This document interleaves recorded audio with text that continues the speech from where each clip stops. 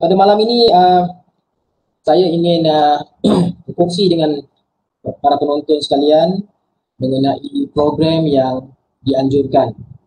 Jadi program Bicara Santai Seorang Tua, pementasan teater seorang tua di kaki gunung secara atas talian yang dianjurkan oleh Dewan Bahasa dan Pustaka Wilayah Utara, Pusat Pengajian Seni Universiti Sains Malaysia dan Persatuan Seni Kreatif Budaya Warisan Estetik atau lebih dikenali dengan Persatuan Sekenit Pulau Pinang.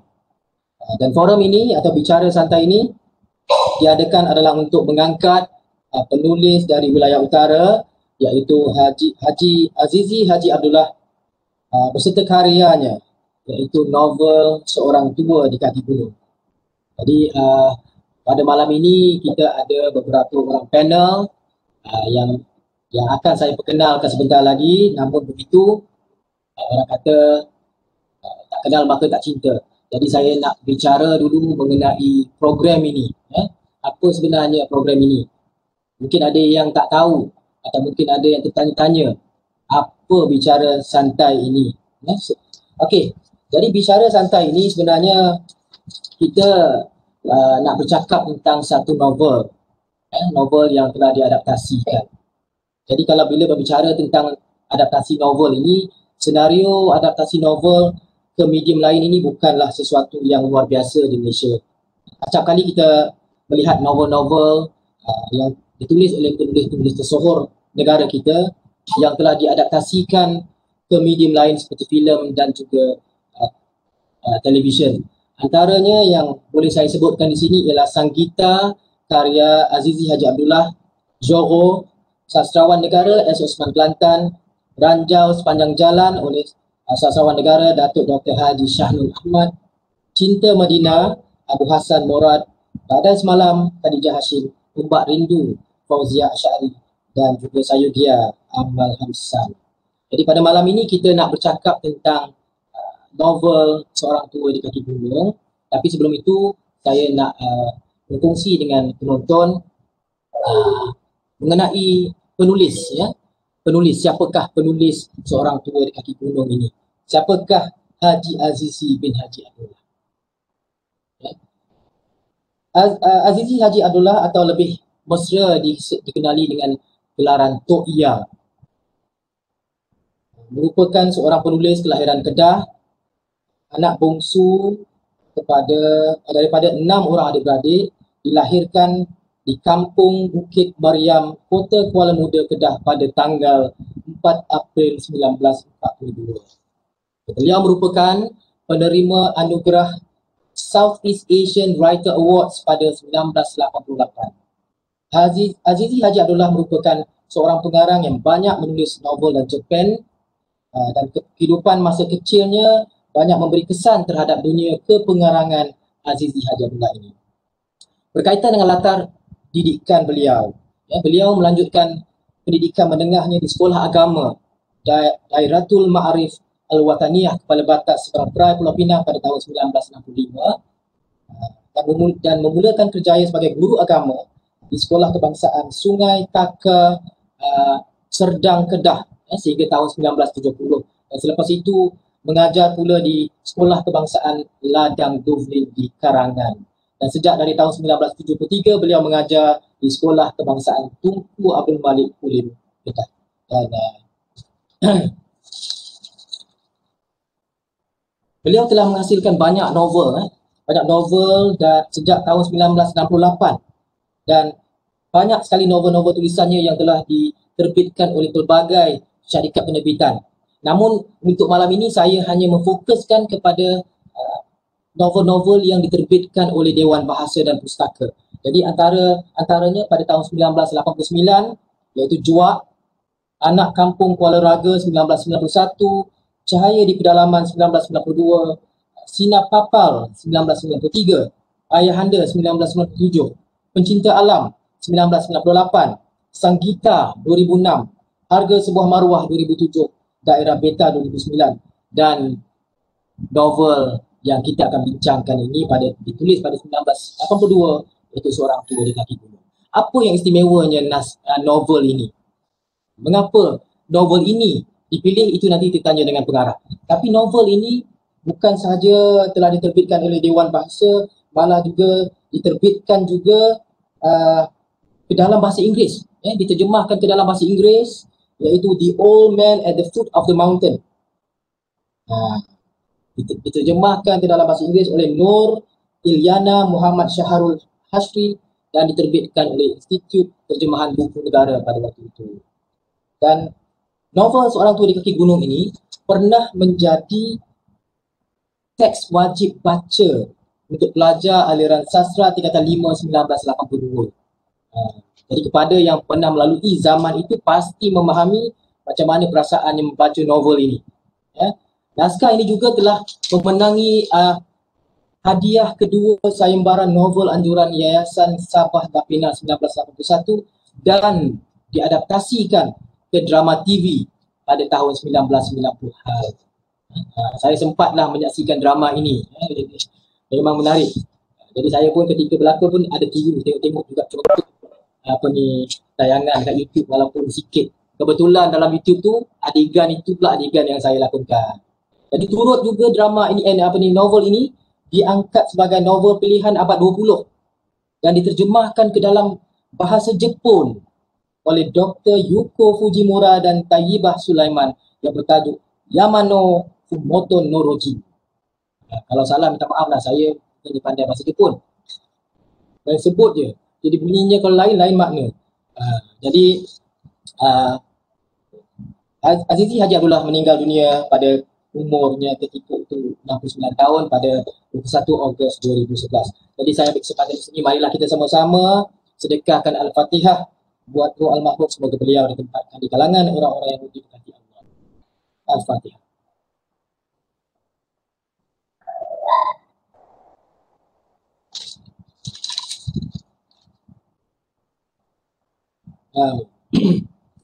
Baik, pada malam ini kita mulakan bicara santai kita selepas saya perkenalkan pada penonton semua mengenai novel Seorang Tua di Kaki Gunung dan juga penulis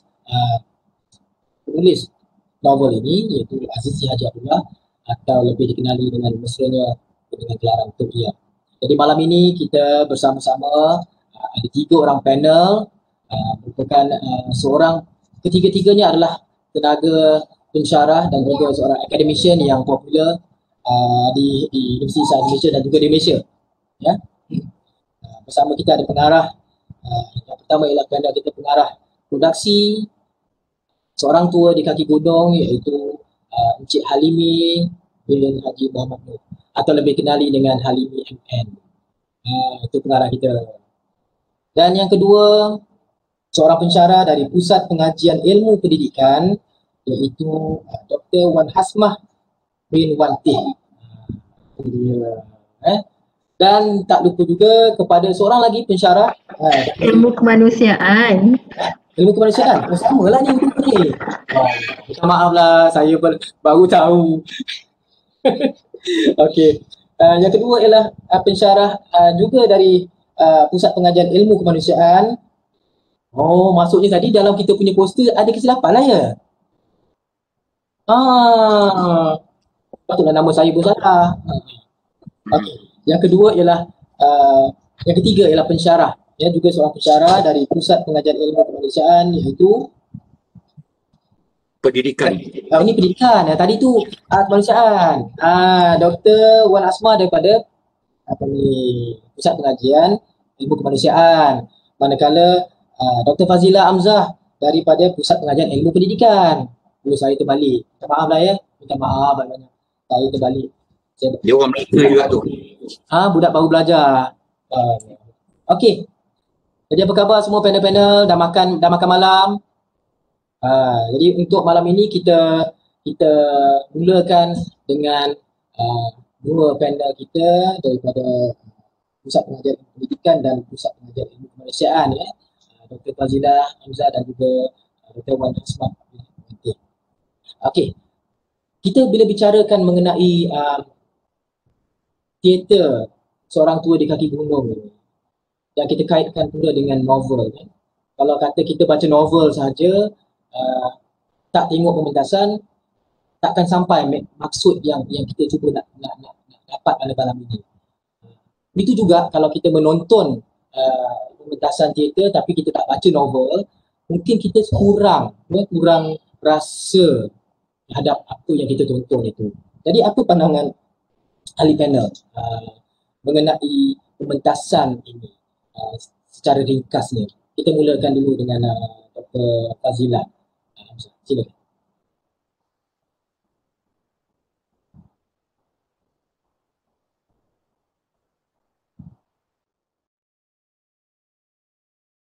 Okey, saya tak berapa clear tapi saya rasa bertanya saya tentang pengalaman membaca dan juga menonton teater ni, betul tak?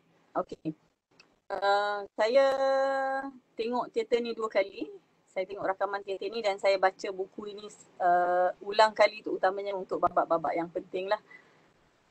Dan bila saya menonton teater ni kali pertama, dia mengingatkan saya kepada apa yang terjadi dalam dunia pendidikan sekarang lah. Kita terpaksa melalui proses PNP secara atas talian.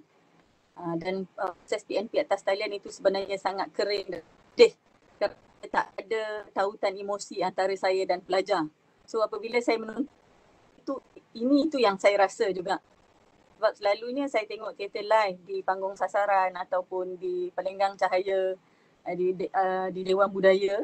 Tapi kali ini saya tengok secara rakaman. Saya tidak boleh merasakan emosi pelakon-pelakon dalam teater tu.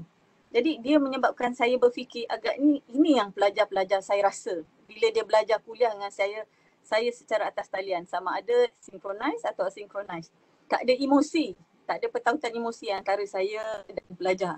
Dan jadi bila kita tengok teater ini secara dalam talian,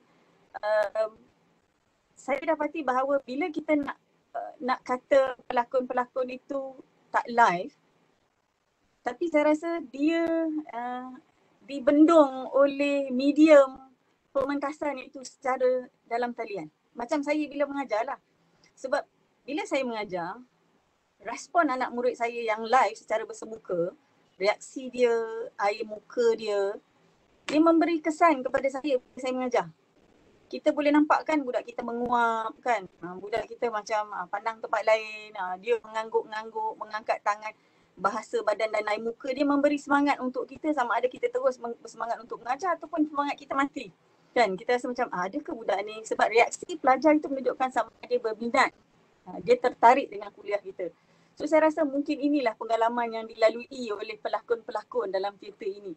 Sebab dia tak dapat nampak reaksi terus penonton itu, dia tak dapat nampak.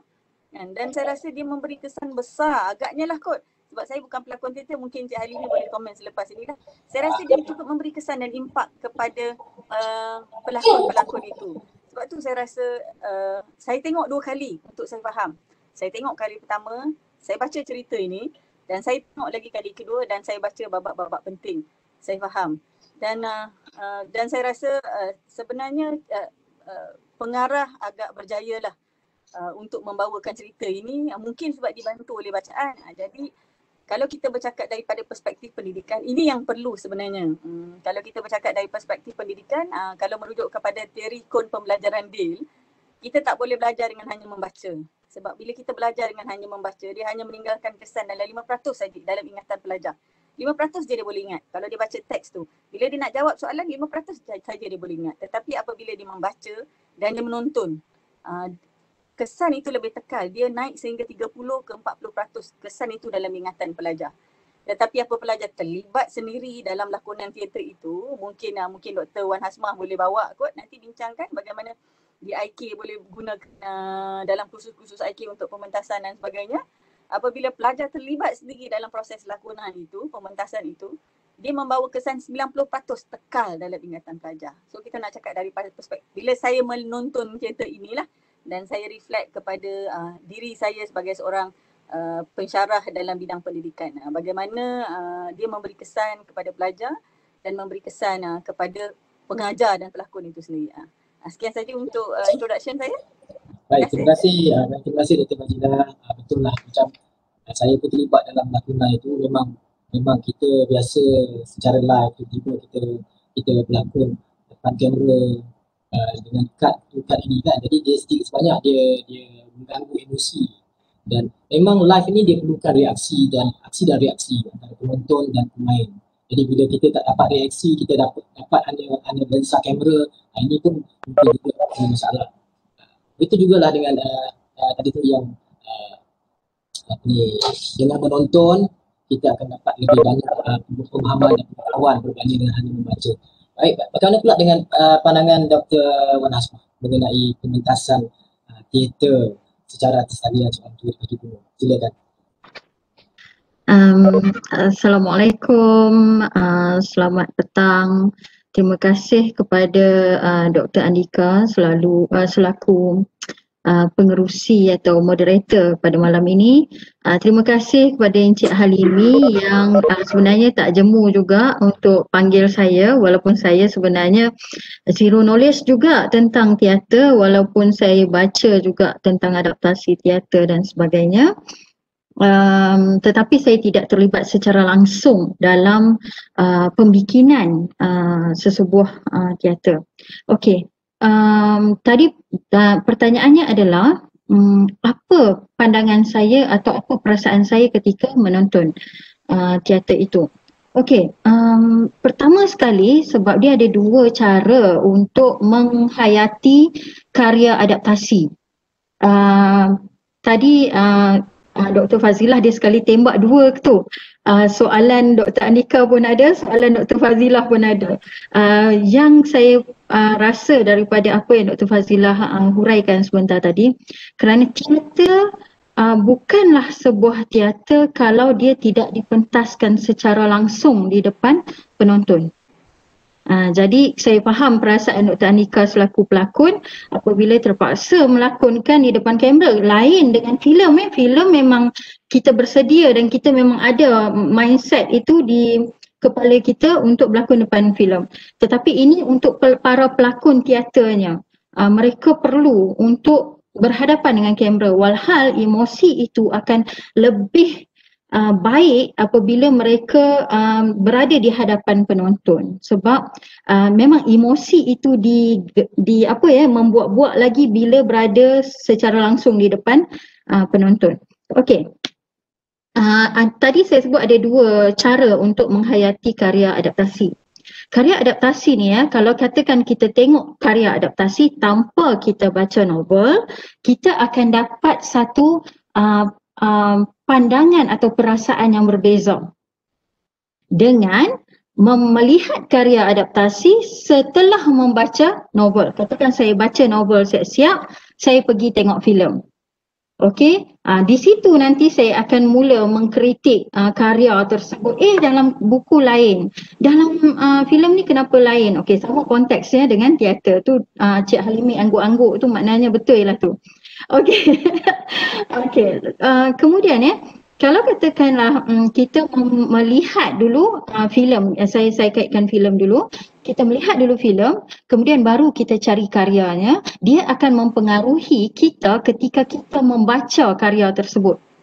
Kenapa? Sebab waktu kita membaca novel sebelum melihat teater atau filem, kita sudah mencipta image mental kita. Sebab itu bila kita tengok filem atau teater, kita mula mengkritik apa yang ada dalam teater tersebut. Tetapi bila kita tengok teater dulu, baru kita baca novel, kita akan bawa balik visual yang kita tengok kepada karya tersebut. Jadi image mental kita ketika kita baca telah dibentuk oleh teater atau filem yang kita lihat tadi. So dalam konteks ini sebenarnya saya memang sengaja memilih cara membaca karya baru saya tengok teater. Bila saya baca karya ni, perasaan saya ni belum lagi saya hurai tentang novel. Tetapi saya cuma bagi tahu perasaan saya ketika saya baca novel. Bila saya baca novel dari satu helaian ke satu helaian ke satu helaian, dia ada satu emosi yang turun naik. Satu emosi yang turun naik dan kemuncaknya adalah pada penamat novel tersebut. Saya ni jenis orang yang tengok macam ni orang menangis pun saya boleh menangis. Jadi bila saya baca novel sampai ke kemuncak pengakhirnya tu, ya Allah, dah meramu-ramu dah. berair mata dahsyat. Saya rasa impak dia sangat pedih macam tu. So saya melihat teater ni, kronologi melihat teater saya rasa Cik Halimi tahu. So bila saya dapat teater tersebut, saya sebenarnya bila saya baca novel ini sebenarnya agak berat untuk diteaterkan. Kalau novel ini difilmkan lain. Sebab filem kita boleh tangkap atau hadirkan visualnya dengan baik. Visual pokok hutan dan sebagainya. Tetapi bila novel ini diteaterkan, dipentaskan, saya sebenarnya lepas habis baca novel ni saya tak sabar nak tengok teater. Macam mana Encik Halimi ni pentaskan karya ni. Karya ni agak sukar. Macam mana dia nak tunjuk pokok? Macam mana dia nak tunjuk suasana dalam hutan? Perasaan Tok Ya dan sebagainya. Jadi bila saya tengok, tiba-tiba expectation saya berubah. Sebab apa? Saya tahu sebab Cik Halimi telah pun membedah karya tersebut. Kalau dia nak ikut sebiji-sebiji karya ini, agak sukar pada pihak beliau sebagai pengarah dan produksi teater itu. Tetapi beliau telah pun membedah karya ini, susun semula, hadirkan karakter yang dia sampaikan cerita melalui kacamata orang yang berbeza. Dan perasaan saya ketika melihat teater juga ada bolak-balik yang pelik, dan saya menunggu penamatnya. Dan penamat itu yang sebenarnya saya rasa oh ya, mungkin ini adalah terbaik untuk teater dan pengarahnya. Itu saja Cik Anika, Dr. Anika untuk setakat ini. Okey, terima kasih. Dan ada persoalan-persoalan yang mungkin akan dijawab oleh pengarah nanti. Ya, betul. Saya setuju dengan pendapat Dr. Wasman juga berkaitan dengan cara kita menonton teater yang diadaptasi ni. Satunya kita baca novel dulu, kemudian baru kita tonton, atau kita tonton dan baca novel. Jadi itu yang saya kata tadi tu, bila kalau novel-novel ini terutamanya drama-drama Komsas kan, sebab novel Seorang Tua di Kaki Gunung ini juga pernah menjadi drama wajib yang perlu dibaca oleh pelajar-pelajar kan, pelajar-pelajar dia tadi 5 tahun 1992. Itu zaman saya lah tu, baca novel ni. Jadi bila kita tak pernah terlibat dengan teater pada waktu itu, bila baca novel ni kita mempunyai macam-macam bayangan kan, macam-macam bayangan. Terutama lagi kalau kita duduk bandar, tak pernah duduk dalam hutan, kita tak boleh bayang keadaan itu. Tapi kalau kita menonton teater dulu sebelum kita baca novel, mungkin kita akan dibawa oleh pengaruh teater itu kan. Kita tengok teater dulu baru baca novel, kita akan dibawa oleh pengaruh teater itu ke dalam pembacaan kita, dan mungkin cara kita menjawab soalan pun akan dipengaruhi oleh teater tersebut. Itu cara pembacaan, cara menonton teater yang diadaptasi. Ilmu.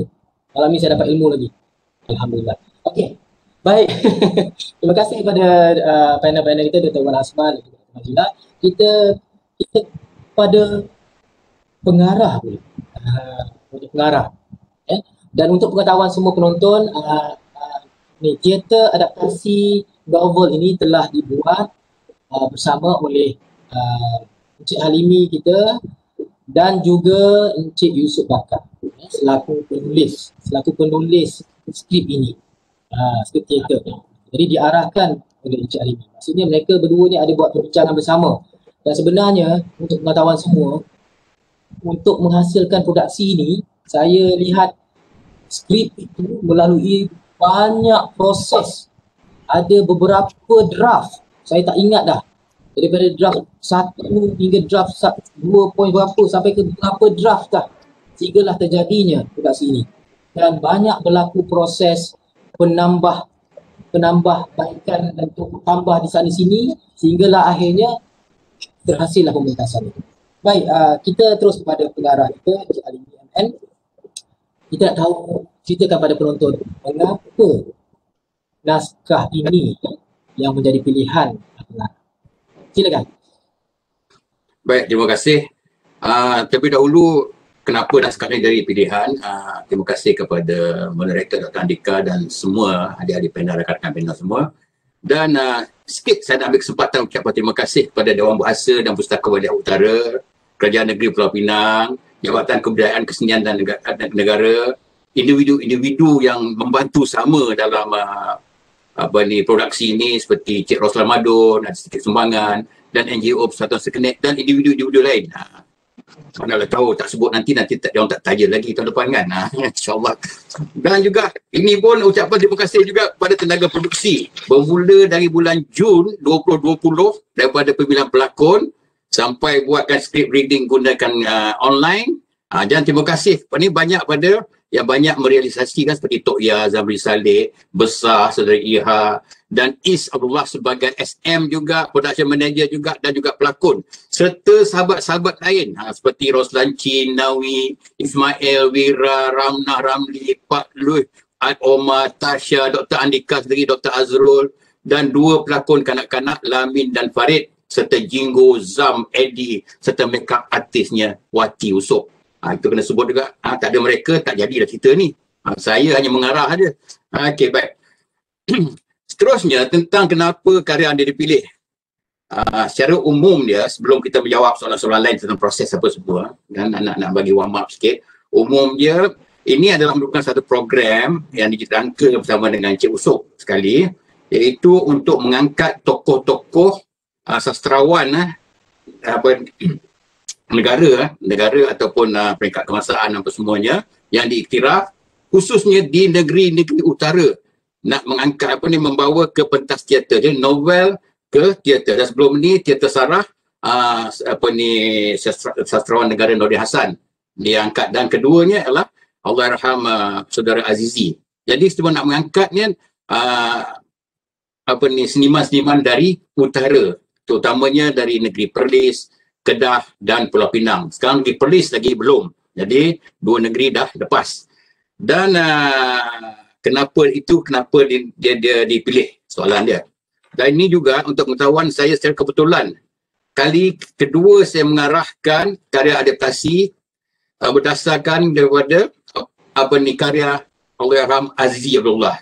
Sebelumnya adalah Harga Sebuah Maruah yang dipentaskan pada tahun 2011. Itu secara kebetulan sajalah, saya mana dijodohkan saya dengan arwah ni, menyambung dia punya karya novel ke pentas teater. Ada sebab-sebabnya, nanti kita bincang kat kedai kopi lah, ya.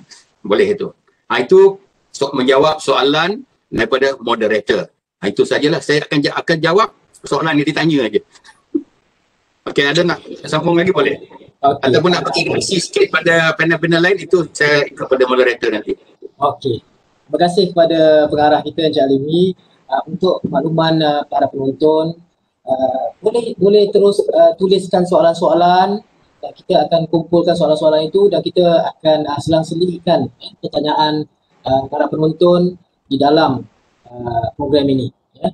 Jadi dalam masa yang sama juga, sebelum saya terlupa, penganjur ada minta supaya saya maklumkan kepada para penonton, minta cadangan daripada para penonton jika ada apa-apa cadangan skrip atau novel dari utara, penulis dari utara yang boleh kita cadangkan untuk kita usulkan untuk dibawa ke Pesta Teater USM 2021.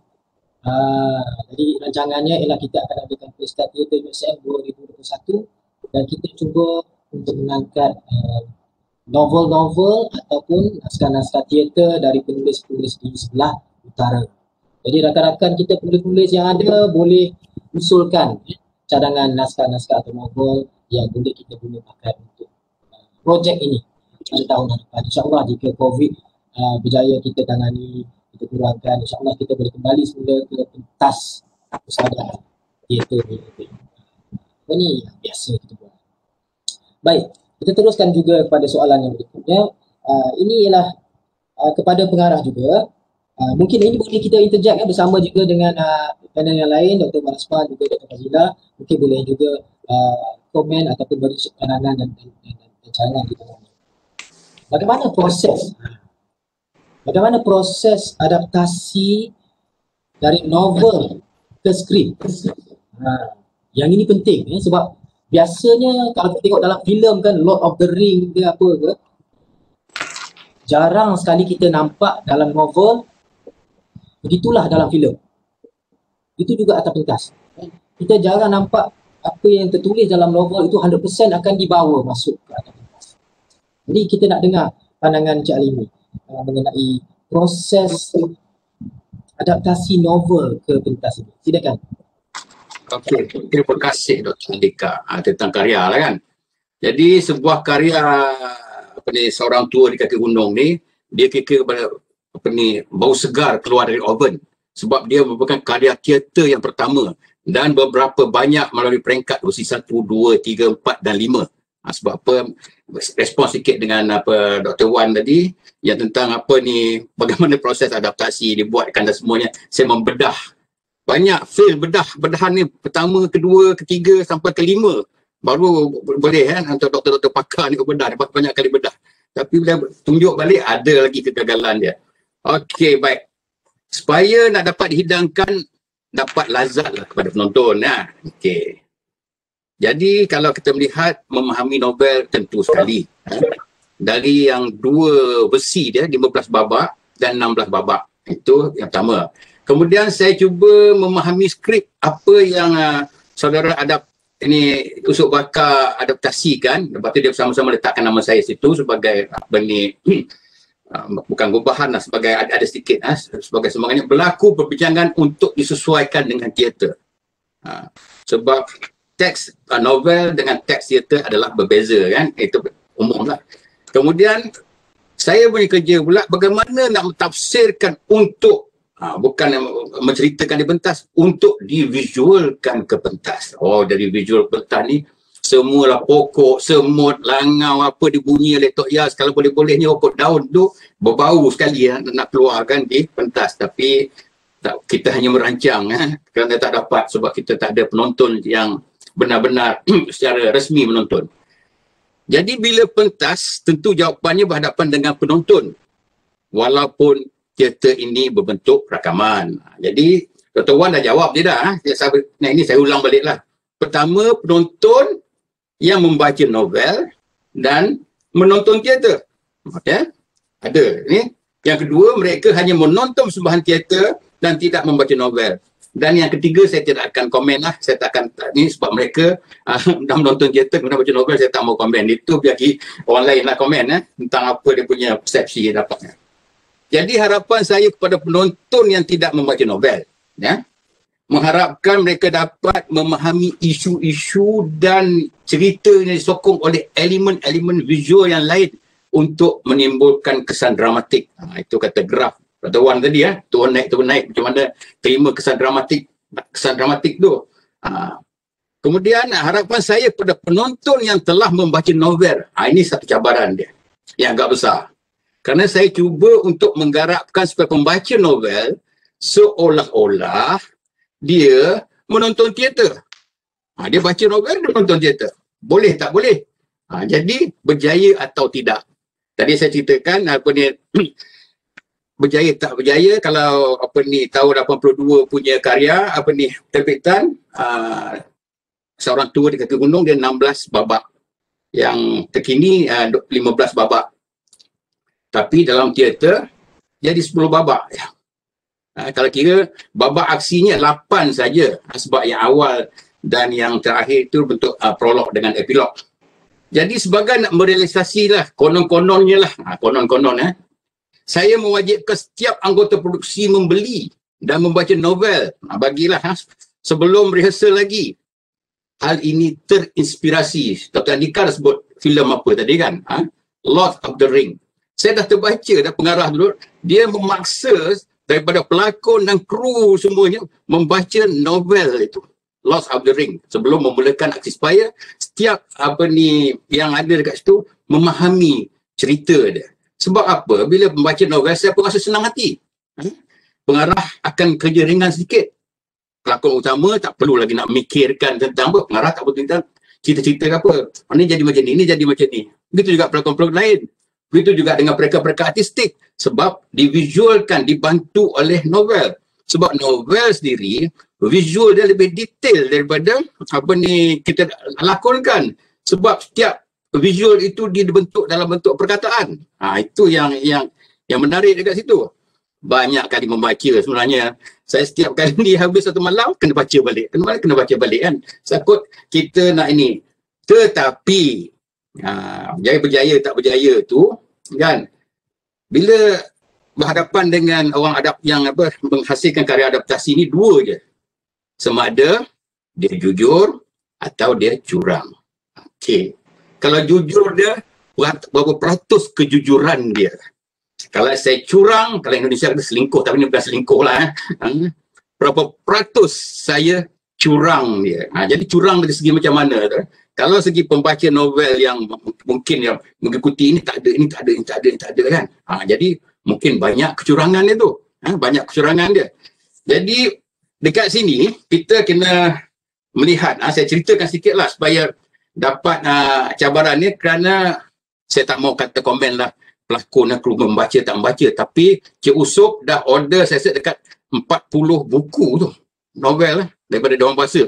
40 saya rasa Cik Usop telah order. Sekiranya dapat pementasan secara langsung, penonton-penonton pun mungkin akan beli novel. Ini satu kaedah strategi yang baik ya. Kita buat novel, kita buat pentas teater, kita jual novel balik. Okay. Kemudian kita jawab balik tadi berhadapan dengan pelakon, iaitu pelakon ni banyaknya lahir tahun 90-an. Tak ada pengalaman saya lah. Umar itu apa? Tak ada perasaan pernah melihat rumah yang dibuat daripada buluh. Tak pernah kenal bertam dan tidak pernah kenal dengan suara hutan. Kebetulan saya ni orang Pahang, dari Raub Pahang. Duduk masa kecil-kecil terdedah dengan Umar, saya ada terdedah sedikit. Korang dapat ada pengalaman itu sikit untuk menghayati karya ni. Okey, baik, kita balik pada tentang cerita-cerita proses adaptasi ni kan. Jadi sekarang ni yang kita nak lihat, yang penting sekali, pokok persoalan cerita ni lah rumah lah. Bila rumah tu sengit, itu yang menjadikan isu besar, konflik besar yang menjadikan keazaman pada Tok Ya untuk membina mencari nak membuktikan bahawa kemampuan dia tu. Rumah aku sengit, aku boleh buat rumah lebih hebat pada sini. Itu kehebatan dia, orang kampung. Dia bukan kehebatan orang bandar. Jadi rumah sengit ni seperti saya tunjukkan belakang ni. Okey, baik. Saja saya pilih untuk latar ni sikit supaya dia nampak sengit. Walaupun sengit ini, ada orang komen ini bentuk realism, kena nampak buat sengit. Mana boleh nak buat rumah sebiji, sebab realism pun dia berubah kan. Dulu realism dramanya dalam bilik kan, tak ada orang tamu. Kemudian berubah lah kan ke cerita-cerita seperti Tennessee Williams yang kita Tram on Desire, dia ada di luar rumah juga. Death of Desmond ada luar rumah juga. Jadi siapa ketinggalan tentang maklumat yang realism tu, harap jangan terikut yang kuno dulu. Sebab ada perubahan. Lakonan tetap realism. Walaupun ada sikit lah, segi bentuk flashback ataupun segi-segi imbas kembali dan semuanya. Okey, baik. Rumah Sengit. Ini adalah set yang saya bersama dengan kawan juga, saudara Andy E. Kim Tiong. Orang Melaka juga. Ramai orang Melaka. Orang Melaka ni hebat-hebat Melaka. Dia sebagai yang dia desainkan bentuk rumah ni, nak menyampaikan apa yang terkandung seperti dalam novel itu. Terangkan sedikit rumah sengit, berbunyi. Jadi kalau penonton mendengar semuanya, bunyi-bunyi tu ada. Sengit tu nampakkan. Jadi sengit tu biar kita obviouskan sikit. Segi logiknya tak nampak kan, tapi kita nak obviouskan sikit. Jadi itu yang saya nak tunjukkan. Kemudian apa lagi? Watak. Sebab nak menghidupkan watak Tok Ya. Jadi Tok Ya sentiasa meresap rokok daun. Dalam novel dia tak bergigi. Takkan saya nak suruh dia cabut gigi. Kan bayaran tak mampu kan. Besar. Dalam novel saya ada berkemban. Takkan kita tak bagi berkemban sikit. Tak mau kan. Okey, jadi kita tak habis secara detail, tapi kita tahu watak-watak ni ada. Apakah isu-isu, apakah persoalan-persoalan benda-benda mereka? Ada. Watak pesah dia punya walaupun dia mengikut suaminya, tetapi dia berprinsip, ketegasan dia ada. Jadi kita dapat mewujudkan situ. Jadi mewujudkan dengan novel Yang ada yang saya tunjuk ada beberapa adegan yang tidak ada dalam novel. Jadi kenapa diwujudkan adegan tersebut? Pertama, adegan gosip di surau tu. Kalau ikut dalam novel tak ada. Sebab dalam novel kalau kita baca watak-watak Cha, watak-watak art tetap dia tidak dipenerangkan secara detail kecuali watak-watak utama. Tetapi ada dibesarkan sedikit dibanyakkan watak mereka dalam cerita ni. Kenapa? Jadi kenapa? Sebab apa? Bila baca novel, kalau kita pindah kepada teater, kita tidak ada peluang untuk memberikan latar belakang watak fikri. Jadi itu dia tujuan dia. Biar kita menceritakan kembali watak fikri itu. Daripada mana. Jadi jelas kat sini patutlah fikri itu tak mau balik. Umur 12 tahun dah belah luar negara apa semua kan. Itu dijelaskan situ. Itu tak ada dalam novel. Jadi kita jelaskan, kita dah faham mana yang ambil penilaian darjah 5 macam saya kan, umur 5 tahun kata. Dan sekarang lepas tu, itulah yang menunjukkan bahawa dia tidak ada peluang yang lama bersama dengan kampung. Okey, baik. Kemudian lagi satu, kita melihat gosip surau. Itu saya dah jelaskan. Kemudian satu lagi, itu mewujudkan Taha yang tiba-tiba ditahan oleh Lebaat dan Cha. Haji Kasim pun ada. Yang ini tak ada dalam novel. Bila dia ada tunjuk pada Telegram. Telegram tu ada dalam novel. Tetapi orang lain kenapa? Ini ada satu teknik bagaimana yang kalau yang orang bukan berteater. Sebab apa? Kalau kita ikutkan adegan pada waktu itu, Tok Ya di rumah bersama Kepesah. Sebab adegan selepas itu, dia kena pergi ke hutan. Jadi bagaimana transisi untuk dia bersiap untuk ubah make up dia. Jadi perlu ada adegan satu lain untuk beri peluang secara teknikalnya, memberi ruang pada pelakon dekat situ untuk persiapkan diri untuk adegan seterusnya. Filem tak apa, kita boleh cut awal semua. Tapi dalam teater, terus pada yang itu. Kemudian kita lihat ada satu, ni mana yang umum-umum lah yang nampak. Ada dua pula, satu Lamin Junior, satu Lamin Senior. Lamin Junior dibawa dalam bentuk imbasan kembali, Lamin Senior menceritakan apa yang berlaku. Jadi dekat sini, ini saya curang dengan penulis novel ni. Kalau dalam penulis novel, kecintaan kepada hutan, semangat apa dia ajarnya, tidak sampai ke anak dia. Tapi dekat sini, saya pakat dengan Yusuf, kita bagikan harapan sedikit supaya harapan tu dia sambung ke cucu dia, iaitu saudara Mamu yang ambil situ, iaitu Lamin. Itu ada proses dia. Cukuplah setakat tu kan. Lain saya buka pada pertanyaan nanti lah. Okey, terima kasih. Okey, terima kasih kepada pengarah. Itu dia pembuka bicara mengenai bagaimana pengarah menangani ataupun mengadaptasi novel ke pentas. Sebenarnya kalau kita tengok tidak menjadi satu kesalahan kepada pengarah untuk mengadaptasi ataupun memikirkan idea pengarah itu ke pentas. Walaupun kadang-kadang kita tengok ada adegan-adegan yang tidak wujud di dalam novel, tapi diwujudkan. Tidak menjadi satu kesalahan selagi tidak melanggar plot cerita itu. Maksudnya pengarah cuba untuk menjelaskan adegan-adegan tertentu dari sudut pemahaman dan pemikirannya, dia melihat dan menilai. Jadi kalau kita kata ini tidak menepati novel, satu kesalahan, sebenarnya tidak. Tidak kalau juga. Saya boleh tambah. Silakan. Okay. Sebab saya tonton, saya baca buku dan saya tonton semula kan. So bila saya tonton kali pertama, saya boleh faham cerita ini melalui watak Lamin yang diciptakan, watak Lamin dewasa. Dan kita nampak dan saya baca semula dan saya tengok kali kedua. Dan macam Dr. Wan cakap lah, dia memberi kesan bagaimana kita melihat teater dan juga melihat teks tersebut lah. Kan, dan saya rasa bila saya tonton kali kedua, selepas saya membaca dengan detail kali kan, saya dapati bahawa pengarah berjaya untuk menunjukkan seorang tua di kaki gunung itu. Sebab dalam cerita ini, akhirnya seorang tua di kaki gunung itu beralih kepada besar. Awalnya seorang tua di kaki gunung, baik saya lah bila saya melihat. Awalnya turi kaki gunung itu ialah Tok Ya, kan digambarkan dengan penuh gagah dan angkuhnya kan. Dan kita tahu tercetusnya konflik yang menyebabkan kerana daripada konflik tersebut itulah yang melahirkan tindakan luar biasa Tok Ya itu. Tindakan luar biasa yang mengatasi ketuaan dan juga kudrat yang dah tak ada pada usia 33. Dan akhirnya saya rasa secara simbolik juga novel ini berjaya menunjukkan bahawa akhirnya kedua ada 3 objek gagah dalam cerita ini. Yang pertama adalah Gunung Bongsu bila saya bacalah. Yang kedua adalah Tok Ya dan yang ketiga ialah pohon cengak. Ketiga-tiga image ni digambarkan sebagai gagah, tegak dan kuat.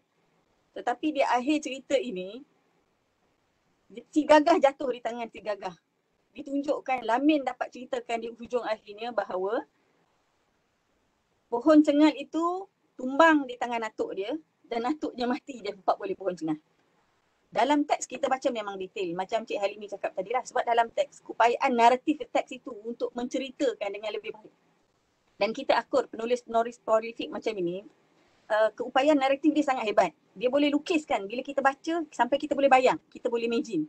Kan? Dan kita faham cabaran bagaimana Cik Halimi nak bawa novel yang mengambil masa berbulan-bulan itu ditulis oleh pengarang untuk difilmkan dalam tempoh 1 jam setengah, untuk dipentaskan dalam 1 jam setengah. So macam Cik Halimi kata, ambil masa selama 5 kali, melalui banyak kali proses teliti, takkul, pilih, saring dan sebagainya untuk pilih momen-momen yang terbaik. Supaya macam Cik Halimi cakap tadi, bila orang yang menonton sama ada dia telah membaca teks atau tidak membaca teks, memberi kesan kepada dua kelompok orang ini. Kan? Dan bila saya baca kali pertama, saya tonton kali pertama dengan anak-anak. So kita buat hujung minggu tu saya kata okey hari ni kita nak tengok teater sebab anak-anak biasa saya bawa tengok teater kan. So kita hari ni kita nak tengok teater. So bila saya tengok teater kali pertama dengan anak-anak, anak saya untuk 15 minit yang pertama dia kata mama dia dah tak boleh faham dah cerita ni. Dia dah tak boleh follow. So saya kata saya faham sebab cerita ni berat. Tak apalah kita tengok sampai akhir kan. So dia kata dia tak boleh faham. Dan saya baca. Bila saya baca saya ceritakan balik. Sebenarnya cerita macam ni. Cerita pada anak-anak ini sebenarnya. Saya cerita pada suami saya. Sebenarnya cerita ni macam ni. So bila kali kedua bila tengok, semua orang tengok dan lebih faham lah. Untuk kami yang, untuk anak-anak yang bukan dalam bidang macam ni lah, dan anak saya umur pun variety umur anak saya 15, 20 dan juga 10 tahun. Tetapi yang kita nampak bahawa dari teks perincian memang sangat jelas, tetapi cerita ini kita faham melalui teater, melalui penceritaan semula watak Lamin yang dimunculkan lah, yang diwujudkan. Macam Cik Harimin kata kecurangan. Tapi saya rasa kecurangan itu berjaya. Kalau Lamin itu tidak diwujudkan, kita tak akan faham cerita ni. Sebab agak susah sebab cerita ni senang sebenarnya. Plot dia adalah plot yang konvensional. Ada permulaan, perkembangan cerita, klimaks dan akhirnya pelandaian. Plot agak mudah tetapi cerita ni emosi dia berat. Emosi ni berat oleh emosi Tok Ya. Tok Ya punya emosi. Dan bagaimana kalau tanpa kehadiran Lamin itu, nak bawa cerita tu, nak bawa emosi kita menonton. Dan saya rasa kejayaan yang besar juga apabila soft landing watak seorang tu di kaki gunung. Kan sebab dari awal seorang tu di kaki gunung tu kita nampak memang Tok Ya. Dengan dia boleh nak ambil lebahnya dengan pengetahuan dan pengalaman kegagahan dan sebagainya. Dan akhirnya saya pun tak boleh fikir macam mana dua pemeluk yang dapat ditumbangkan dalam masa 18 hari. Tetapi akhirnya tumbang. Dan di akhir cerita juga dituliskan dalam teks itu, dia tulis bahawa akulah ya si tua seorang tua di kaki gunung. Akhirnya naik besar kata dia. So bagi saya nampak soft landing peralihan watak seorang tua di kaki gunung itu dapat dibawa dengan baik melalui watak yang dimunculkan, yang direka oleh Cik Halimi dalam cerita ini, iaitu watak Lamin besar.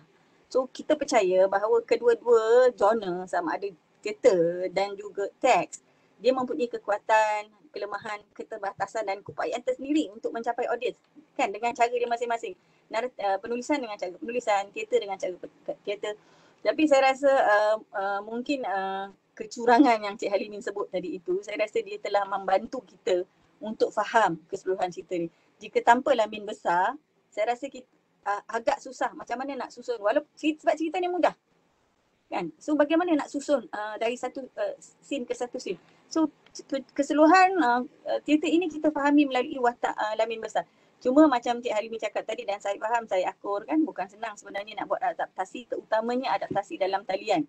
Nak memilih momen-momen yang penting dalam cerita itu. Kan ada beberapa momen-momen penting yang saya rasa kalau dimunculkan, kalau ada peluang untuk dimainkan semula cerita ini, ada beberapa perkara yang saya rasa perlu diberi perincian, terutamanya seperti konflik yang berlaku malam itu. Apabila Fikri balik, kata-kata cacian sindiran anak menantu itu, saya rasa mungkin macam Dr. Andika sendiri cakap lah, sebab tidak berdepan dengan penonton. Cuba depan penonton. Rasanya memang cakap kat ayah dia kau-kau kot, tapi bila dalam, sebab seolah-olah seperti macam kita baca teks saja kan, baca skrip kan, bila kita buat secara rakaman ini. So kalau nada suara itu kan, tapi mungkin macam Cik Halimi cakap juga, faktor pemilihan pelakon itu sendiri. Pelakon-pelakon ini adalah generasi muda yang tak faham zaman yang berlaku, dan mereka latar belakangnya adalah bukan daripada orang Kampung Mahang tersebut. Dan kita kena akur juga bahawa ada bunyi-bunyi Penang dalam dialog itu yang sebenarnya saya rasa telah sedikit mencairkan kekuatan dialog tersebut, sedangkan klimaks pertelingkahan itu adalah antara momen besar dalam cerita ini kan, sebab bermula daripada pertelingkahan itulah maka terbitlah azam luar biasa Tok Yah kan, sebab dia dicemuh dan disindir, dan pada masa yang sama dia dan sepanjang cerita ni dalam, kalau kita baca teks, telinga kanan dan telinga kiri ni ada dua suara. Tak sedar diri kan, rumah dah sengit, satu telinga adalah suara daripada cucu kesayangan dia, Lamin. Atuk boleh, lagi atuk, lagi atuk, lagi atuk. So dua suara ini sebenarnya yang drive dia untuk di sebalik rasa kecewa dan marah, dan daripada rasa nak buktikan dia masih lagi gagah dan bukan tua, itu yang drive dia untuk kepada aksi dan tindakan luar biasa itulah untuk menebang pokok. So saya rasa kalau momen-momen seperti ini dapat ditacap lagi lah kan. So mengambil kira faktor-faktor lain, so saya rasa kita tak boleh jadikan dia sebagai alasan lah kan, so untuk akan datang, sebab supaya teater ini berkesan. Dan saya rasa kita perlu akur, ini adalah COVID ini telah mengubah landscape dunia dari segi ekonomi, politik, agama dan sebagainya. Nikah pun boleh online sekarang ni. So apa lagi nikah yang kita rasa benda penting dalam hidup kan, nikah pun boleh online kan. So apatah lagi teater. Maksudnya kita perlu akur mungkin, sebab kita sendiri tak tahu bila COVID ini akan berakhir. Dan kalau berakhir, bilakah dibenarkan kita untuk melalui kehidupan seperti sedia kala yang dulu? Adakah bila dia berakhir kita masih learning juga, kena norma baru dulu, perlahan-lahan baru kita boleh kembali kepada keadaan kita yang sedia kala seperti dulu kan. Jadi mungkin sudah sampai masanya jugalah seperti apa yang telah Dewan Budaya Pusat Seni buat ini. Saya rasa tahniah sebenarnya ambil inisiatif untuk nak pentaskan drama teater dalam talian kan, secara dalam talian walaupun synchronize sebenarnya kan. Tapi saya rasa ini satu permulaan yang baik, tetapi kalau nak menarik audiens golongan muda utamanya kan untuk meminati teater, dan kita boleh tarik sebab dia dalam medium baru kan. Mungkin orang sekarang ni mungkin dia tak nak tengok teater, tetapi sebab orang sekarang ni, budak-budak muda sekarang ni, dia menghabiskan masa dia banyak dengan gadget. Jadi kalau mengambil kira kan, sebab Nabi Sayyidina Ali pun bagi tahu kalau nak didik anak ikut zaman dia. So macam tu juga kan, kalau Ustaz Seni mengambil inisiatif jauh ke hadapan, mungkin ini yang kita boleh buat, maksudnya mula memperkenalkan juga. Salah satu caranya selain daripada medium teater secara bersemuka adalah medium teater dalam talian, tetapi dengan mengambil kira perincian-perincian yang killer dalam teks itulah, agar teks itu dapat disampaikan dengan jaya. Sebab kita kena terima hakikat juga, sebab masyarakat sekarang ni, budak-budak sekarang ni bukan budak yang membaca kan. So kalau macam kita baca teks ni, tapi kalau budak sekarang ni, saya takut dia tak baca, minat membaca tak ada. Dan tambahan kalau kita kata teks-teks berat seperti ini oleh karya-karya, oleh penulis prolific negara, dia berat, bahasa dia berat kan. Lagi bila dia baca 4-5 muka sebab dia tak faham, dia tak mau baca dah. Jadi bila kita nak buat pementasan teater secara dalam talian seperti ini, kita nak supaya mesej itu sampai. So perkara-perkara ini yang perlu diberi perhatian lah oleh pengarah sebenarnya. Itu saja untuk saya dari panjang waktu cakap. Maksudnya lepas ni Dewan Bahasa kena banyakkan lagi lah Dewan Bahasa mana-mana lah, kementerian mana berkaitan, kena banyak buat teater. Buat teater secara atas talian ni. Bagi peluang kepada penggiat-penggiat teater ni buat teater untuk drama-drama Komsas ke apa-apa yang berkaitan lah, sejarah, English, semua buat dalam bentuk teater. Itu lebih berkesan rasanya, tadi pun disebut ya. Jadi saya nak pergi pada Dr. Wan Asma lah. Okey, doktor tadi doktor sebut pasal apa, menonton tadi kan, menonton dalam talian kan, menonton dalam talian dengan membaca novel tu ada beza. Jadi bila doktor tengok dalam talian, dia punya rasa tu lain. Sama ada berjaya ke tak berjaya, ni kita nak tahu juga kan. Jadi silakan Dr. Asma, bila dah menonton tu macam mana? Tadi Dr. Fazilah dia kata dia nampak kejayaan itu. So pandangan Dr. Asma pula macam mana? Terima kasih Dr. Andika. Tapi sebelum tu saya nak minta Encik Halimi on mic dia. Tadi Encik Halimi kata, saya nak tahu sendiri daripada pengarahnya, Encik Halimi merasakan Encik Halimi setia atau tidak kepada teks? Okey, saya setia. Setia. Betul kan? Setia. Yakin ya? Yakin. Okey. Yang tak apa pun. Kemudian ya, tadi Cik Halimi juga ada sebut kecurangan ya, kecurangan. Sebenarnya ya, dalam teori adaptasi, kaedah-kaedah yang disarankan oleh sarjana-sarjana barat, sebenarnya apa yang Encik Halimi lakukan itu bukan sebuah curang, bukan sebuah kecurangan. Ya, sebab Encik Halimi tidak mengubah message, tidak mengubah misalnya ya, mengubah akhiran cerita. Tidak. Dan bila akhiran cerita tu sebenarnya adalah ada setengah cerita, dia adalah inti cerita tersebut. Dan dalam konteks ini sebenarnya Encik Halimi tidak mengubah, walaupun tidak menghadirkan pokok yang tumbang, ada gambarannya, ada visualnya dan sebagainya ya. Dan itu digantikan dengan apa yang disebut oleh lamin besar. Okey, cuma impak emosinya berbeza. Sebab kita nampak dengan kita dengar orang lain cerita balik.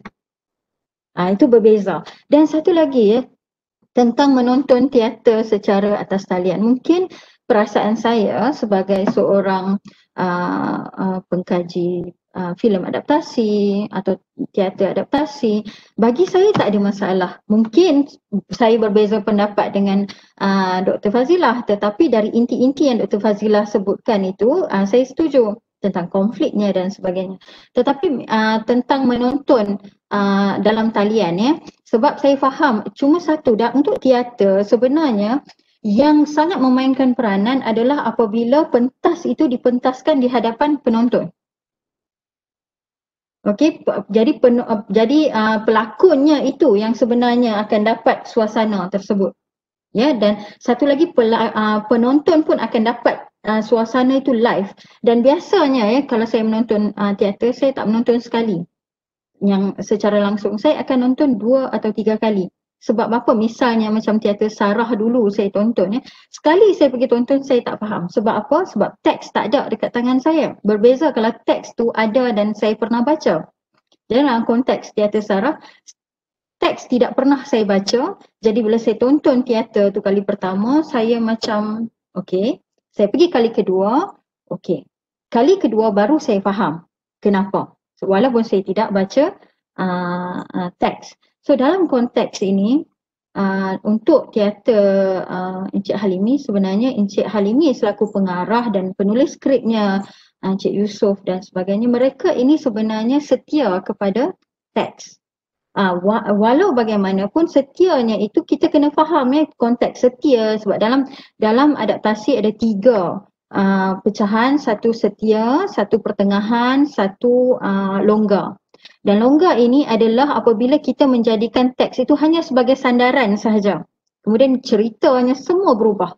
Tetapi untuk pertengahan, yang ini yang kata pertengahan ni dia akan ada perubahan-perubahan. Misalnya katakanlah Tok Ya itu tadi sebenarnya tidak bermusuh dengan Lebay Cha, tetapi dia hadirkan permusuhan dan sebagainya. Yang ini ada pertengahan. Pengubahsuaian yang telah dilakukan oleh pengarah dan produksi teater ini sebenarnya adalah pada peringkat adegan-adegan atau babak-babak yang diwujudkan. Misalnya tadi Encik Halimi sebenarnya sudah pun menyebutkan bahawa dia sendiri menghadirkan babak di mana ada gosip di surau. Kemudian babak di mana pertembungan di antara Taha dan sebagainya. Walhal di dalam novel, Taha tidak diberi pun peranan yang agak penting.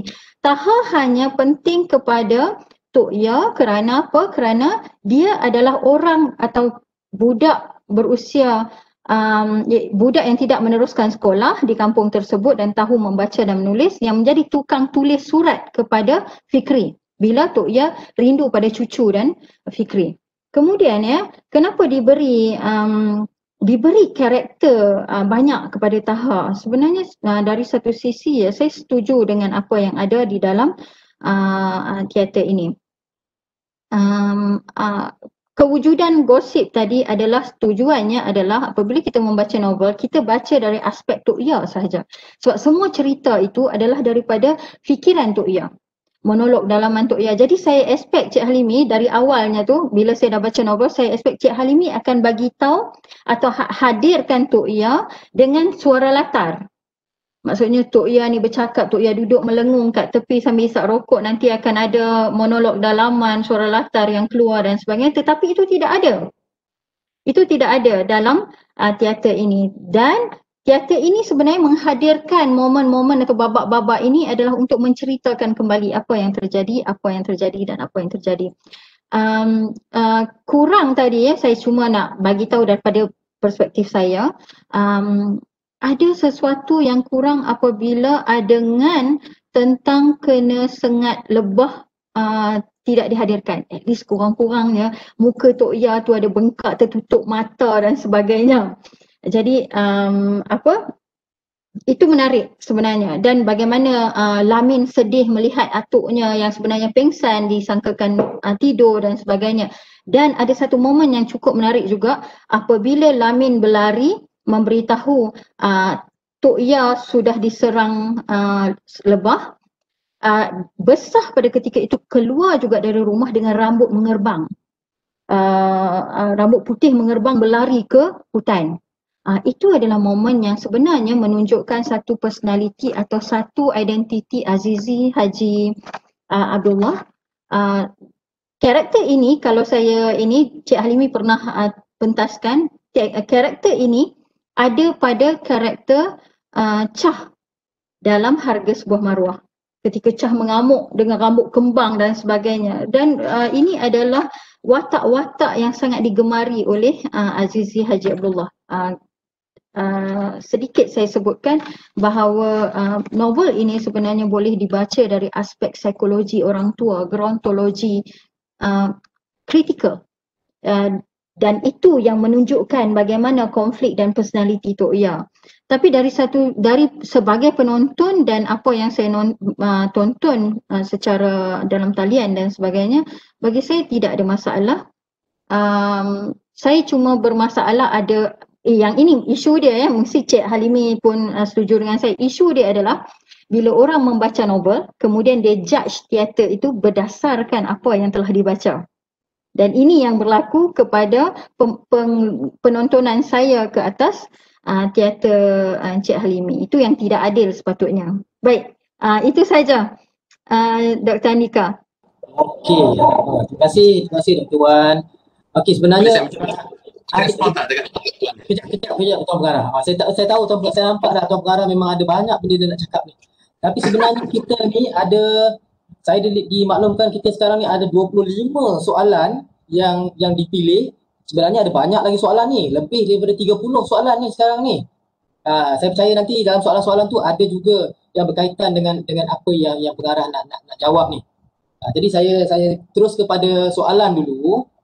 Sebab ada banyak ni, belum lagi Encik Usop tulis lagi, ni baru 25, sebenarnya dah lebih daripada 25 ni. Okey, soalan pertama ni saya nak tanya ni, apakah konsep dan teknik penyampaian yang disampaikan dalam adaptasi teater Tuan Pengarah? Ini daripada Muhammad Amirul Aiman. Saya kenal je. Okey. Ya, apakah konsep dan teknik penyampaian yang disampaikan dalam adaptasi teater Tuan Pengarah? Silakan. Okey. Terima kasih kerana bertanya. Soalan ini memang soalan yang banyak orang tanya lah. Benar kan? Saya nak jawab senang saja. Tentang konsep dan apa semua ni, bagilah macam Dr. Wan dengan Dr. Fazilah yang terangkan konsep ni. Kan? Bagi saya sebagai pengarah, saya tidak akan terikat pada konsep apa semua. Saya memahami dia punya inti cerita tu apa, nak disampaikan cerita itu apa. Cara bagaimana saya nak membawa cerita tu pada penonton. Itu saya punya ni lah cara bagaimana kaedah. Okey, tentang konsep, apabila saya memikir tentang konsep, ini titik, ini apa. Jadi saya terkongkong masukkan sendiri nak membolehkan benda yang tak boleh. Itu jadi masalah bagi saya sebab kita dah patternkan benda tu. Sebab apa? Ini cerita yang secara pengalaman saya atas pengalaman, bukan tak pernah buat tapi bagi saya dia mengongkong saya dan tidak ada satu kebebasan untuk saya berkarya kerana kita melihat bahawa teater adalah sebagai proses of learning. Kita belajar dalam proses itu sebab hari ini silap, besok kita betulkan, sebenarnya betulkan pun silap juga. Jadi kalau kita telah menetapkan sesuatu benda warna hitam tu, dia akhirnya jadi ending dia nanti, kita tak tahu mungkin jadi putih ke hitam apa semua sebab dia proses. Kita tidak memahami sesuatu perkara, teks ni satu proses juga. Kita akan melihat nampak, kemudian tak nampak, kemudian nampak kita ulang balik. Itu saya nak menjawab balik kepada ini. Ini bukan saya menyalahkan pada orang yang meletakkan konsep. Saya dah tua dah ni kan, jadi saya tak berpegang. Jadi konsep ke, falsafah apa nak bawa ke, bagilah pengkritik yang menulis peluang. Saya nak menghadirkan visual saja di atas pentas. Itu saja. Terima kasih. Jadi yang mengkritik, itu tanggungjawab pengkritik lah, tanggungjawab Dr. Wan, tanggungjawab Dr. Fazila yang menulis tu, yang akan bagi tahu konsep yang macam mana. Pengarah dia buat. Jadi kalau bila ada kritikan, ada komen tentang itu, bermakna jadilah tu. Maknanya apa yang diarahkan tu berkesan. Jadi kalau tak ada kritikan daripada pengkritik tentang konsep itu, nanti maknanya kita tengok drama tu, teater tu hambar. Okey, kita pergi kepada soalan kedua. Ini bagi genre cerita seperti ini, teori akting apakah? Teori akting apakah yang disesuai di-apply oleh pelakon? Teori akting apakah yang sesuai di-apply oleh pelakon? Silakan, Tuan Pengarah. Okey, baiklah. Saya menjawab jugalah. Okey, kita jangan bermain dengan perkataan-perkataan bombastik lah. Teori lah apa kami semua kan, sebab kita menghadirkan satu cerita. Kita faham cerita. Kadang-kadang kita cerita tak faham bagaimana itu. Yang penting sekali memahami cerita, menguasai cerita. Jadi teori apa-apa semua itu datang kemudian. Jadi kita melihat bahawa ini adalah benda kepada satu perkara yang dekat dengan diri kita. Jadi yang dekat dengan kita tentulah realistik, realisma. Jadi realisma apa yang real tak real pun kadang-kadang pun dia dalam keadaan yang kita melihat kat sini ada juga magic realismnya. Saya tak maulah sentuh-sentuh benda tu kan. Jadi banyak sangat perkara-perkara yang lain nanti. Mungkin Dr. Wan nanti sambunglah tentang perkara itu. Jadi kita melihat dia akan berlaku sesuatu perkara teknik ini, bagaimana sesuatunya adalah watak ini adalah watak manusia yang kita lihat sehari-hari. Jadi tentu sekali pelajar itu dia ada sikit belajar tentang bentuk-bentuk lakonan realisme kan. Jadi kita tak salahkan dia, tetap belajar. Jadi sekarang kita melihat bahawa yang dekat dengan sehari-hari, yang manusia punya perasaan, itulah teori-teori yang gunakan. Tak pernah rasa marah ke? Tak pernah rasa sukar ke? Okey, baik. Itu sahaja. Saya tak perlu terangkan, awak kena tunjukkan kemarahan begini. 6 halau. Saya sebenarnya anti emosi. Saya tidak mahu mengheret penonton ke arah emosi. Itu sebabnya saya nak menjawab reflect pada Dr. Wan tadi. Setiap saya apa terhadap emosi, tiba-tiba saya cut terus. Sampai di ending pun cut terus. Saya tidak mahu bahawa penonton yang menonton dalam teater yang bikin saya terpengaruh dengan emosi. Nanti takut emosi mengawal perasaan. Itu dia punya trik dan teknik dia. Itu sebenarnya teknik masing-masing. Bukan saya tak suka penonton menangis tengah pengarah. Bagilah penonton menangis, saya cerita pengarah. Pelakon, satu dewan menangis. Saya bukan situ. Saya tak mau menangis tu. Saya mau akhirnya macam Dr. Fazilah pergi ke conclusion tu. Gagah. Dia akhir dengan gagah juga. Yang itu dia. Itu dari saya. Jadi agak kasar sikit ni orang sebab pengarah on theater ni dia cakap terus terang. Itu dia tidak akan dah selindung-selindung. Cukup. Saya ingat kumpulkan semua soalan dulu. Okey. Itu apa yang Encik Alim cakap, itulah dia punya signature. Setiap pengarah ni dia ada signature dia, sig tune dia. Jadi pada pengarah kita Encik Alim ni, dia punya sig tune ni, dia tak mau mengheret emosi tu. Kalau boleh bila nak sampai ke tahap tu dia stopkan. Jadi kadang-kadang kita pelakon bertanya kenapa tak buat macam ni, kenapa tak buat macam ni. Tapi itulah si tune pengarah. Kita kena faham ya. Jadi jangan kita kata semua cara tu sama. Sebab lain pengarah, lain sentuhannya. Nasi lemak tu nampak serupa, tapi bila kita makan lain pula rasa sambalnya. Sebab sentuhan tangan tu berbeza. Itu juga dengan buat teater. Jadi untuk Dr. Wan Hasmah, dari segi plot, teknik susunan dalam plot ni. Kalau kita tengok novel dengan teater ni, adaptasi ni. Jadi macam mana susunan plot itu dibuat ataupun dibuat? Silakan. Baik, terima kasih Dr. Andika. Sebelum menjawab, saya nak bagi tahu waktu saya lihat gosip di surau itu, Encik Roslan Chin begitu menikmati karakter tersebut ya. Bahagia betul dia dapat gosip kawan-kawan di situ. Dengan kawan-kawan yang lain pun and the gang, dia mungkin senyum jugalah tengok ni. Sebab saya rasa dia menghayati betul. Mungkin dah sampai kepada peringkat itu ke dan bagaimana kan. Baik, maaf Cik Roslan Chin, gurau saja. Berkenaan dengan plot. Plot novel seperti yang Dr. Fazilah katakan, sebenarnya plot novel ini mudah. Yang saya sebutkan sukar tadi adalah saya memikirkan bagaimana pengarah ingin mengadaptasi novel itu atau mengadaptasi novel itu ke pentas. Sebab kalau tengok dari plot novel memang mudah.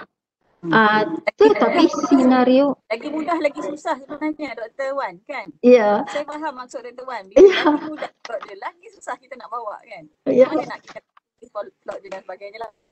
Baik, kemudian yang menyusahkan itu adalah senario sekeliling persekitaran kaki gunung, kehidupan. Tadi saya ada terbaca satu komen ya, katanya scene dalam teater Encik Halimi ini malam saja. Sebenarnya bukan malam, sebab mereka ini duduk di kaki gunung. Jadi kalau subuh tu pun, kalau pagi dalam pukul 7 pun masih gelap. Kalau katakan dalam pukul 6 tu dah gelap dah kawasan rumahnya tu. Betul kan Cik Halimi? Sebab mereka duduk di kaki gunung dan hutan banat yang tebal. Terima kasih. Okey, baik. Kemudian ya, tadi tentang persoalan plot. Okey, dah alang-alang ditanya tentang novel. Sebenarnya novel ini seperti yang saya katakan tadi, novel ini adalah tentang psikologi seorang tua. Atau orang tua, bukan seorang tua tetapi psikologi orang tua. Dalam psikologi orang tua, ada satu sahabat saya yang menulis tentang konsep gerontologi tetapi ke atas karya Shahnon Ahmad. Okey, yang itu juga teori yang sama sebenarnya boleh digunakan ke atas seorang tua di kaki gunung. Dia menampilkan tiga peringkat, iaitu biologi, psikologi dan sosial. Jadi kita baca peringkat biologi, bagaimana orang tua, perubahan yang berlaku pada raut wajah, pada kerut-kerut tubuh, tenaga dan sebagainya ya. Kemudian psikologi dia merasakan kesunyian. Dulunya dia sibuk dengan rakan-rakan, bekerja dan sebagainya, tiba-tiba dia sunyi. Dulu ada anak ada kat rumah. Sekarang anak tak ada kat rumah. Memang anak pergi sambung belajar dan sebagainya. Tetapi dia juga mengimpikan supaya anak tu balik. Dan kasih sayang sekarang ini tumpah pula kepada Lamin. Sebab ada 2 orang cucu, tapi ada satu cucu yang sangat akrab dan suka kepada kehidupan dia. Itu yang dia suka sekali dengan Lamin. Ini yang berlaku dalam psikologi. Kemudian ya, bila dia kata ingat zaman muda, kena tengok watak Tok Ya.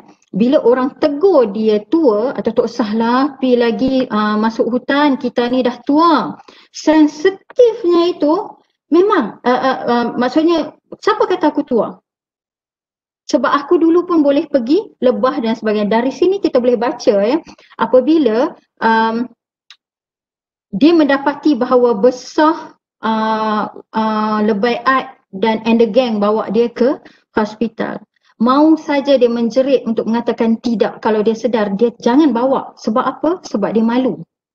Dia merasakan dia gagah, dia dulu buat semua benda dan tiba-tiba orang kampung tahu yang dia gagal nak ambil misan lebah. Itu sesuatu yang sangat tidak selesa. Kemudian tiba-tiba anak dia pulang. Dan anak pulang tu lagi sekali maruah dia tercabar. Ini persoalan maruah ya. Apabila bercakap tentang orang tua, dia berkaitan sekali dengan maruah orang tua. Kemudian ya, beberapa kali dari segi psikologi lagi, kalaupun kita kata Tok Ya ini marah kepada Fikri, tetapi beberapa kali di dalam novel, Tok Ya ini sebenarnya sayang kepada anaknya. Kalau kita tengok kalau dia sayang kepada anaknya, beberapa kali ya bila dia kata Fikri tak balik, Fikri memang dah tak sayang lagi dengan dia, dah tak suka, dah benci pada aku dan benci pada maknya. Tak lama lepas tu, saya baca dalam novel tu, tak lama lepas tu dia kata bagus juga Fikri tak balik, mungkin sebab Fikri ada kerja. Fikri tak balik, tak apa, nanti Fikri balik tiba-tiba dah tengok rumah ni tersergam macam tu. Jadi dia begitu bangga menyimpan perasaan untuk anak dia, bangga dengan dia. Ini masih di bawah psikologi. Kalau tengok sosial pula ya, pada awalnya ya, sebenarnya kalau awal-awal kita baca novel ni, kita nampak Tok Ya ini sangat selesa dengan persekitaran sebab dia sudah sebati dengan persekitaran itu. Kemudian ya, kalau tengok lagi perubahan, katakanlah kenapa dia menolak untuk pergi ke bandar, yang ni semua kita tahu. Saya pun ada orang tua minta datang ke bandar, ke Penang ni, dia tak mau sebab lagi syok duduk dekat Gerik. Okey, sebab apa? Sebab perubahan itu, orang tua agak sukar untuk beradaptasi. Sebab dia dah biasa dengan hal yang dia biasa buat. Jadi bila dia berubah pergi ke satu tempat yang baru, dia akan mengehadkan kebolehan dia. Selalu dia turun ke tanah, pergi sana, pergi sini. Kali ni dia tak ada tanah. Contoh. Okey. Dan perubahan peranan yang perubahan peranan juga memberi tekanan. Perubahan tekanan kenapa? Sekarang dia kena dengar cakap Fikri. Atau dia kena dengar cakap orang-orang lain. Mengatakan dia tua, dia kena duduk senyap-senyap. Itu yang berlaku dalam novel ini. Dan kalau kita tengok konflik yang paling besar adalah pada ketika Fatimah, Fikri dan Farid menyerang Tok Ya. Dan sebenarnya kalau saya tengok dalam novel ya, sebenarnya saya tengok dalam novel saya nampak lebih sopan berbanding saya tengok dalam teater. Teater nampak lagi keras. Cik Halimi, mungkin Cik Halimi tak setuju dengan saya. Perbalahan itu agak keras, saya nampak, itu perspektif saya mungkin ya. Kemudian ya, maruah tercabar kerana tidak mahu Fikri dan Lamin fikir Tok Ya tidak gagah lagi, itu yang penting. Malu pada orang kampung kerana gagal tadi ya. Kemudian ya, hidup di kaki gunung, masuk rimba, cari hasil hutan, rumah tua adalah satu kebanggaan. So kebanggaan rumah tu adalah kebanggaan Tok Ya, sebab di rumah itu Fikri lahir. Fikri anak yang menjadi kebanggaan kampung itu lahir di rumah sengit ini. Dan sekarang Fikri itu sendiri yang menghina rumah tersebut. Dan itu yang membuatkan semua masalah ini timbul. Itu yang nampak daripada novel. Dan kalau kita perhatikan ya, dalam novel ini sikit lagi Dr. Andika, kalau kita perhatikan, Azizi Haji Abdullah menggunakan teknik perulangan dengan banyak sekali. Jadi dia berjalan, dia akan kata Fikri tak pulang, Fatimah tak pulang, Farid tak pulang, Lamin tak pulang. Lepas tu dalam ayat perenggan berikut lagi dia ulang lagi benda yang sama. Dan teknik perulangan ini adalah untuk menegaskan kepada pembaca ataupun mengingatkan pembaca semua yang berlaku. Dia pergi cari cengal, dia pergi tebang cengal dan sebagainya sampai sakit-sakit badan adalah disebabkan orang-orang ini. Orang-orang ini maknanya Fikri, Fatimah, Lamin, Farid dan orang-orang kampung yang mempertikaikan kegagahan dia. So berbalik kepada apa yang Dr. Fazilah kata tadi. Sebenarnya dia membayangkan dia masih gagah dan dia tidak menerima dikatakan sebagai tua. Okey, pengakhiran dalam novel memang cukup dramatik. Yang tadi saya kata menangis apabila saya merasakan, bila saya baca dalam novel, saya tenggelam dalam psikologi Tok Ya. Saya merasakan bagaimana dia merasa sangat tak sabar untuk membuktikan bahawa dia masih gagah dan boleh menebang cengal yang cukup besar tu. Dan bila tidak ada orang pergi, dia minta pula siapa? Besah untuk menyaksikan. Besah menjadi saksi hidup dalam hutan itu, dia merebahkan cengal. Itu yang diharapkan sebenarnya. Dan kalau tengok walaupun nampak dah masalah yang timbul, kemudian yang paling menyedihkan saya rasa di sini Cik Halimi adalah pada ketika Besah cuba untuk menyelamatkan suaminya. Dan percubaan tersebut beria-ia dia cuba, rupanya percubaan itu mengorbankan lagi suami dia. Itu yang saya rasa Allah dramatiknya, dahsyatnya cerita ini. Itu yang akhirnya kenapa Besar begitu keras sekali dengan pendirian bahawa aku akan tetap di sini. Aku adalah seorang tua di kaki gunung. Sebab masalah ini yang saya nampak sangat besar dalam novel. Baik, itu saja Dr. Anita. Terima kasih. Tapi tidak dibuat di dalam teater kan? Ya. Hanya dihabiskan dengan pokok ditumbang dan kemudian kedengaran suara itu. Itu memang pengarah teknik Cik Halimi. Cik Halimi memang suka potong emosi saya. Itu teknik dia. Jadi kalau nak tahu cerita sebenar, kena baca novel. Kena beli novel.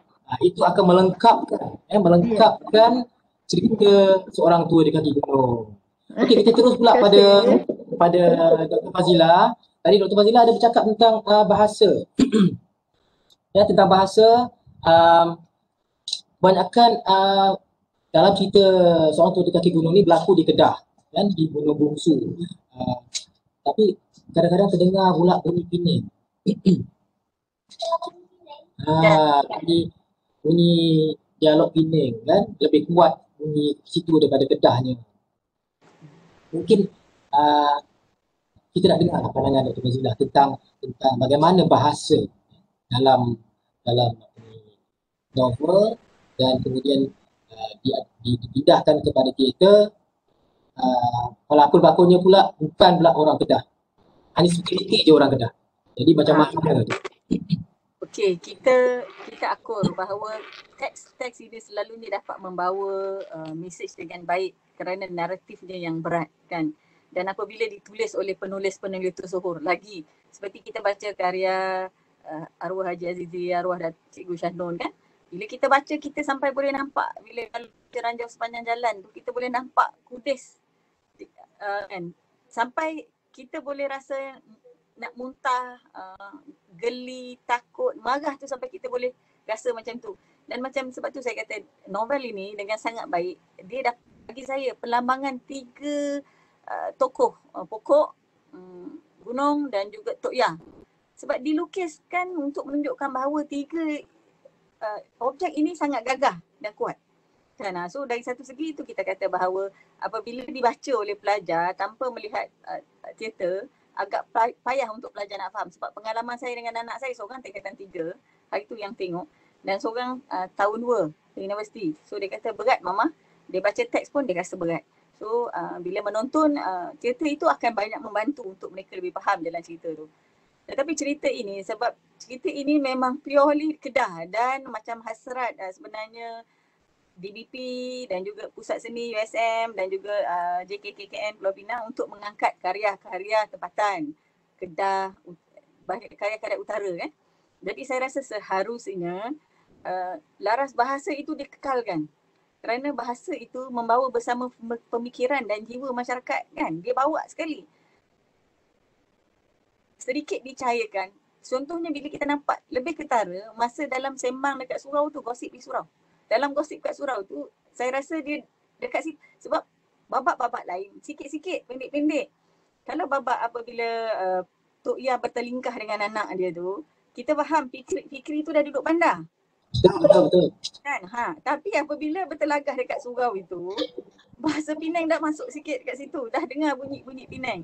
Sedangkan latarnya adalah di kaki gunung. Depa dah selesa, Dr. Fazila. Depa dah selesa jadi lupa. So di kejauhan di kejauhan Kedah. Jadi saya rasa dia sedikit mencairkan lah kan. So tapi kita akurlah dalam keadaan nak menghasilkan macam Cik Halimi kata tadi. Bila saya dengar penjelasan Cik Halimi, saya kata ini bukan kerja senang sebenarnya. Bila buat pementasan secara dalam talian ini bukan kerja senang. Nak baca, nak fahamkan teks ni, dan hanya ada seorang penulis skrip. Saya rasa kalau ada 2 orang penulis skrip, mungkin kita akan dapat perspektif yang berbeza. Tapi penulis skrip Cik Yusof seorang. Bukan senang Cik Yusof nak pindahkan daripada novel kepada dalam bentuk-bentuk dialog supaya mesej itu sampai. Kan? Jadi dan macam mungkin Dr. Wan katalah dah selesa, saya tak tahu Cik Yusof orang mana, orang Penang ke orang utara. Dan macam mana pun utara lah kan. So bukan senang sebenarnya saya rasa. Dan apabila dibawakan oleh pelakon-pelakon muda macam Dr. Andika. Orang mana Dr. Andika? Saya Melaka. Orang Melaka, oh satu kampung lah kita, saya pun orang Melaka. Kan, so apabila dibawakan oleh bukan orang, sebab bahasa tu kan membawa jiwa. Kan, bahasa tu membawa jiwa. So kalau minta Dr. Andita berlakon, cerita latar belakang Melaka, saya rasa dia boleh bawakan jauh lebih baik daripada latar belakang di Penang dengan logat utara lah. Saya rasa sebab tu saya kata peranan bahasa itu agak penting. So mungkin untuk akan datang jika nak buat cerita begini untuk mengekalkan elemen-elemen yang penting supaya mesej itu sampai. Macam hasrat Cik Halimi kata tadi, dia tak nak tengok konsep, dia tak nak tengok teori. Hasratnya adalah mesej itu sampai, tema itu sampai kepada penonton. Jadi mungkin kita boleh cadangkan supaya at least ada 2 orang meneliti skrip itu. Kan, sebab bila kita tengok teliti skrip tu, kita akan nampak momen-momen mana yang perlu kita angkat dalam teks. Macam Dr. Wan ada sentuh tadi kan, momen-momen penting yang kita nak angkat dalam teks itu. Dan ditambah pula dengan cara bekerja Cik Halimi yang memotong emosi penonton. Kalau dia buai kita pun nak tengok sebenarnya ending tu sikit aja. Diceritakan oleh lamin besar saja tentang ini. Tapi bila kita baca cerita tu, husband saya bila dia tengok, dia tak rasa sedih. Bila kita kata, so dia tanya saya, akhirnya Tok Yah matilah. Saya kata, Tok Yah matilah sebab dia tak nampak Tok Yah tu mati. Mungkinlah sebab dia orang pengurusan. Dia tak nampak, dia tak boleh nak, tak berapa nak faham kot dia. So akhirnya Tok Yah tu matilah. Saya kata, Tok Yah tu mati. Saya kata dia mati dalam keadaan dia menang. Saya kata dia mati sebagai hero kerana dia mati oleh pohon cengal. Dan pohon cengal itu ditumbangkan oleh dia. Saya kata bukan ditumbangkan oleh Mak Lazim dengan lebay Cha, lebay Ad, ramai-ramai. Tebang pokok tu tak, dia seorang. Dia tebang pokok tu tumbang nampak dia dan dia mati. So gagah sama gagah mati saya kata. So saya rasa ending macam Dr. Wan cakap tadi sangat dramatik. Kan, so kalau tapi kita tak nampak benda tu kat ujung. Tapi bila kita baca, kita rasa, bila saya cerita kat husband saya kan, air mata dia bergenang sebab husband saya ni jiwa dia halus juga. So dia rasa macam, dia kata tragis lah. Saya kata kematian dia tragis. Bagaimana isteri dia cuba. Tapi saya kata, saya tak faham. Falsafah Cik Halimi adalah tak nak membawa emosi penonton. So macam Dr. Andika kata tadi, setiap pengarang dia ada cara dia sendiri. Dan kita kena akur setiap pengarang, sama ada penulis skrip, pengarah filem ataupun pengarah cerita maupun penulis, dia memang ada dia punya stand masing-masing kan, dan kita hormat kepada pendirian masing-masing. Ini adalah pendirian Cik Halimi kan. So saya rasa lain kali mungkin kalau nak buat supaya kesan itu lebih kan kepada pembaca. Bagus juga sebab Cik Halimi bagi perasaan kita tergantung sebenarnya kan. Dia jadi macam macam ni je ke kan, tapi bila kita baca teks macam Dr. Wan katalah memang sedih. Saya rasa kenapa cerita angin tak lepas. Itu sebenarnya promosi. Saya seronok bila saya baca cerita ini diakhiri oleh Lamin. Walaupun sikit, Lamin cerita sikit dia tentang nek besar dia. Dan diceritakan dengan lebih sedikit detail dalam teks itu. Saya rasa kemenangan juga kepada orang wanita. Sebab novel-novel oleh penulis-penulis dulu, dia sangat patriark sifatnya. Kan? Lebih patriark dan cenderung untuk memperlihatkan, menonjolkan kekuatan lelaki. Dengan cara juga secara tak langsung ditunjukkan wanita itu sebagai seorang yang setia, seorang yang patuh dan akur. Tetapi di akhir cerita ini saya rasa saya sebagai seorang wanita saya puas hati. Akhirnya saya diangkat di hujung cerita itu. Akhirnya saya lah seorang tua di kaki gunung yang juga kuat dan gagah. So saya rasa macam Betul Fazila, kebanyakan karya Azizi Haji Abdullah memang suka mengangkat wanita, terutama wanita-wanita tua, sebab ada unsur perempuan tua ni dia dah lama hidup, dia dah ada prinsip dan itu yang ditonjolkan, dan itu ada pada Besar juga dan watak-watak Sanggita misalnya Cha dan lain-lain. Itu saja. Emansipasi wanita. Walaupun sedikit diceritakan sedikit oleh Lamin Besar di hujung, tetapi saya rasa bila kita baca teks, saya rasa kita nampak bahawa Besar itu akhirnya dia, dan akulah seorang tua di kaki gunung. So itu yang saya kata dari awal tadi, bahawa transisi peralihan kan, very soft landing, perubahan watak seorang tua di kaki gunung daripada watak Tok Yah itu kepada watak Besar. Okey, baik. Apa ni, mungkin maksudnya kalau kita lain kali kita nak bawa untuk teater-teater yang ada sebab lokaliti atau periodisasi ni, mungkin kita kena ada seorang yang kita nanti sebagai pelatih bahasa tu. Kalau kita ada jurulatih pengarah lakon, kita kena ada pengarah untuk bahasa. Khususnya kalau bahasa Kedah kan. Kalau pelakon kita bukan Kedah, kita kena ada orang yang melatih pelakon-pelakon kita cakap Kedah. Sebab local colouring tu penting. Saya rasa betul. dalam teks-teks seperti macam ni penting kan. Sebab Tapi kita punya produksi kita bajet kita kurang, jadi kita tak boleh lah kan. Mungkin tapi itulah biasalah kan. Kadang-kadang tu pelakon kita dah shock kan. Keluar Penang pun keluar masuk campur dalam tu. Okey, sebenarnya untuk pengetahuan penonton, kita sebenarnya dah 10.30 dah ni. Saya dah kena bagi signal oleh penganjur kata jangan lepas 10.45 maksimum dah tu. Okey, saya nak maklum pada penonton bahawa sebenarnya cerita ni adalah cerita benar yang berlaku di Kedah, di Gunung Bungsu. Gunung Bungsu tu memang ada. Kalau nak tahu tu memang wujud Gunung Bungsu tu. Jadi untuk menjawab semua soalan-soalan ini, ada banyak soalan ni saya rasa kita tak mampu nak jawab. Walau macam mana pun, minta bantuan kawan-kawan kita daripada tim produksi Seorang Tua di Kaki Gunung yang sama-sama menyaksikan ni boleh bantu untuk menjawab mana-mana yang boleh dijawab soalan-soalan itu di dalam Facebook, boleh bantu jawab. Nanti kemudian pula mana yang tak boleh dijawab nanti pengarah akan jawab kemudian di dalam Facebook itu. Jadi tinggalkan soalan-soalan anda di dalam Facebook, nanti kita cuba untuk jawab. So mana-mana ahli produksi yang lain tu boleh bantu untuk menjawab samalah. Contohnya dalam soalan bagaimana proses pelakon menghayati watak sebagainya. Ini minta pelakon cuba kongsi pengalaman anda, tulis di dalam Facebook, share dengan pelajar-pelajar. Saya percaya mereka ni ramai pelajar-pelajar ni yang tanya soalan ni. Okey, untuk soalan yang saya ingat yang terakhir kot, setengah terakhir sebab kita dah secah 10.30 dah ni pun. Okey, bagaimana? Ini soalan untuk pengarah pula. Bagaimana produksi ini mendepani COVID-19 sebab kita dah prepare untuk secara langsung tiba-tiba tengok angka mendadak naik sikit demi sikit, tapi pengarah relax aja, dia kata tak apa, sabar. Akhirnya kita kena lockdown, terus tak boleh. Tapi pengarah dia still maintain dia punya cool dia. Dan dia boleh come up dengan Cik Yusof untuk buat ini secara atas talian. So silakan macam mana cara pengarah mendepani. Terima kasih. Apapun kita kena ikut apa yang patuh pada perintah lah kan. Okey. Yang ini memang dijangkakan. Sesuatu benda yang dah jangkakan. Sebab apabila kita COVID ni tiba-tiba dia boom balik, meletup balik, ada wave ketiga, saya terus teks dengan Cik Usop. Kalau macam ni kita kena buat rakaman. Sebab apa? Saya takut pelakon tak lepas angin. Mana apa tersimpan untuk dipersembah pada itu tak lepas, tak dapat nak express. Kerana berlatih 6 bulan, bulan 6. Bulan 6 dah 3 bulan lebih. Ada yang intensif dengan macam Zamri, macam Iha dengan apa. Memang setiap kali dengan pelakon Lamin kecil itu kan, setiap kali dapat sokongan. Okey, terima kasih pada mak ayah Lamin kecil kerana banyak menyokong sampaikan bagikan jamuan untuk kami pizza pada malam terakhir itu. Terima kasih. Lupa nak ni. Okey, jadi untuk menangani ni perkara ni kita kena ada plan A dan plan B.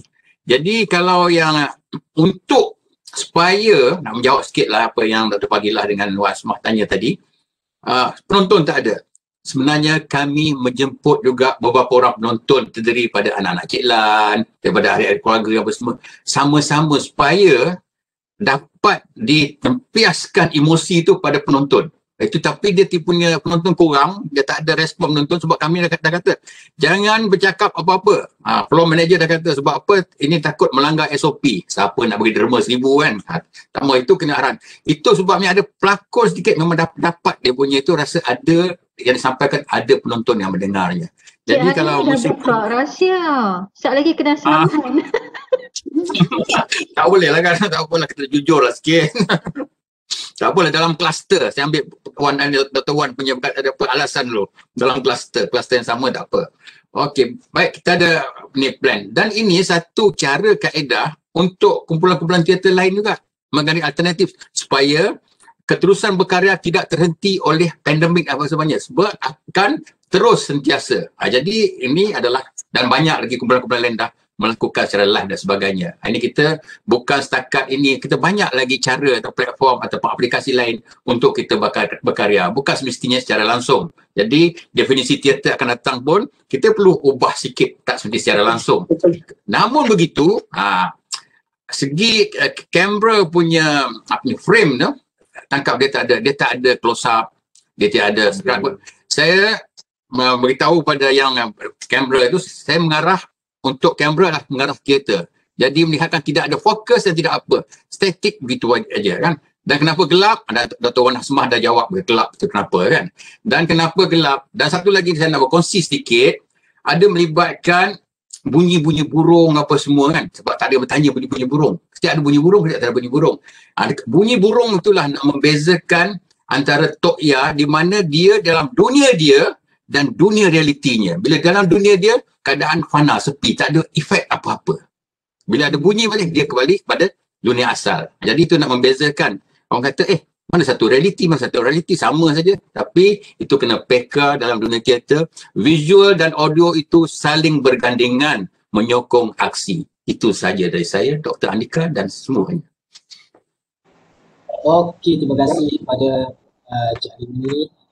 Okey, kepada penonton-penonton, jika ada cadangan skrip ataupun novel dari penulis-penulis di sebelah utara ni, boleh usulkan kepada kita, tuliskan di dalam Facebook. Kita akan tengok, kita akan kumpulkan, kita akan pilih untuk kesesuaiannya untuk kita usulkan dalam Pesta Teater USM 2021 akan datang. Jadi silakan, inilah peluang kita untuk mana-mana mungkin tuan-tuan ada skrip yang bagus, mungkin boleh kita angkat. Inilah masanya, peluang untuk kita semua. Jadi boleh cadangkan kepada kita. Okey, kepada Dr. Fazila, ini soalan terakhir sebelum kita, ini sebagai penutupnya lah kesimpulannya. Pandangan doktor sendirilah tentang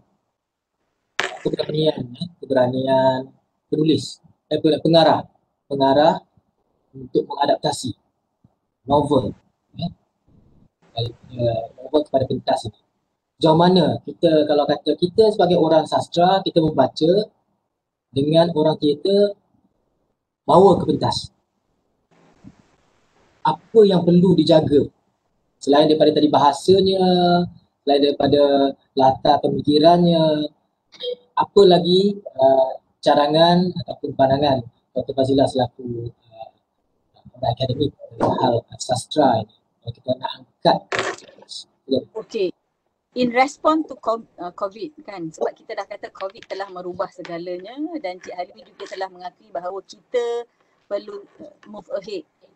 Dah sampai masanya juga bahawa definisi teater itu ditukar, diubah sedikit untuk disesuaikan dalam keadaan semasa, supaya teater itu masih terus dapat kita nikmati walaupun dalam suasana seperti ini. Tetapi saya rasa ada beberapa perkara tentang teater itu perlu dikekalkan. Sebab macam apabila kita nak tukar proses PNP secara online, kita pun bertanya, apa beza school kita dengan PJJ?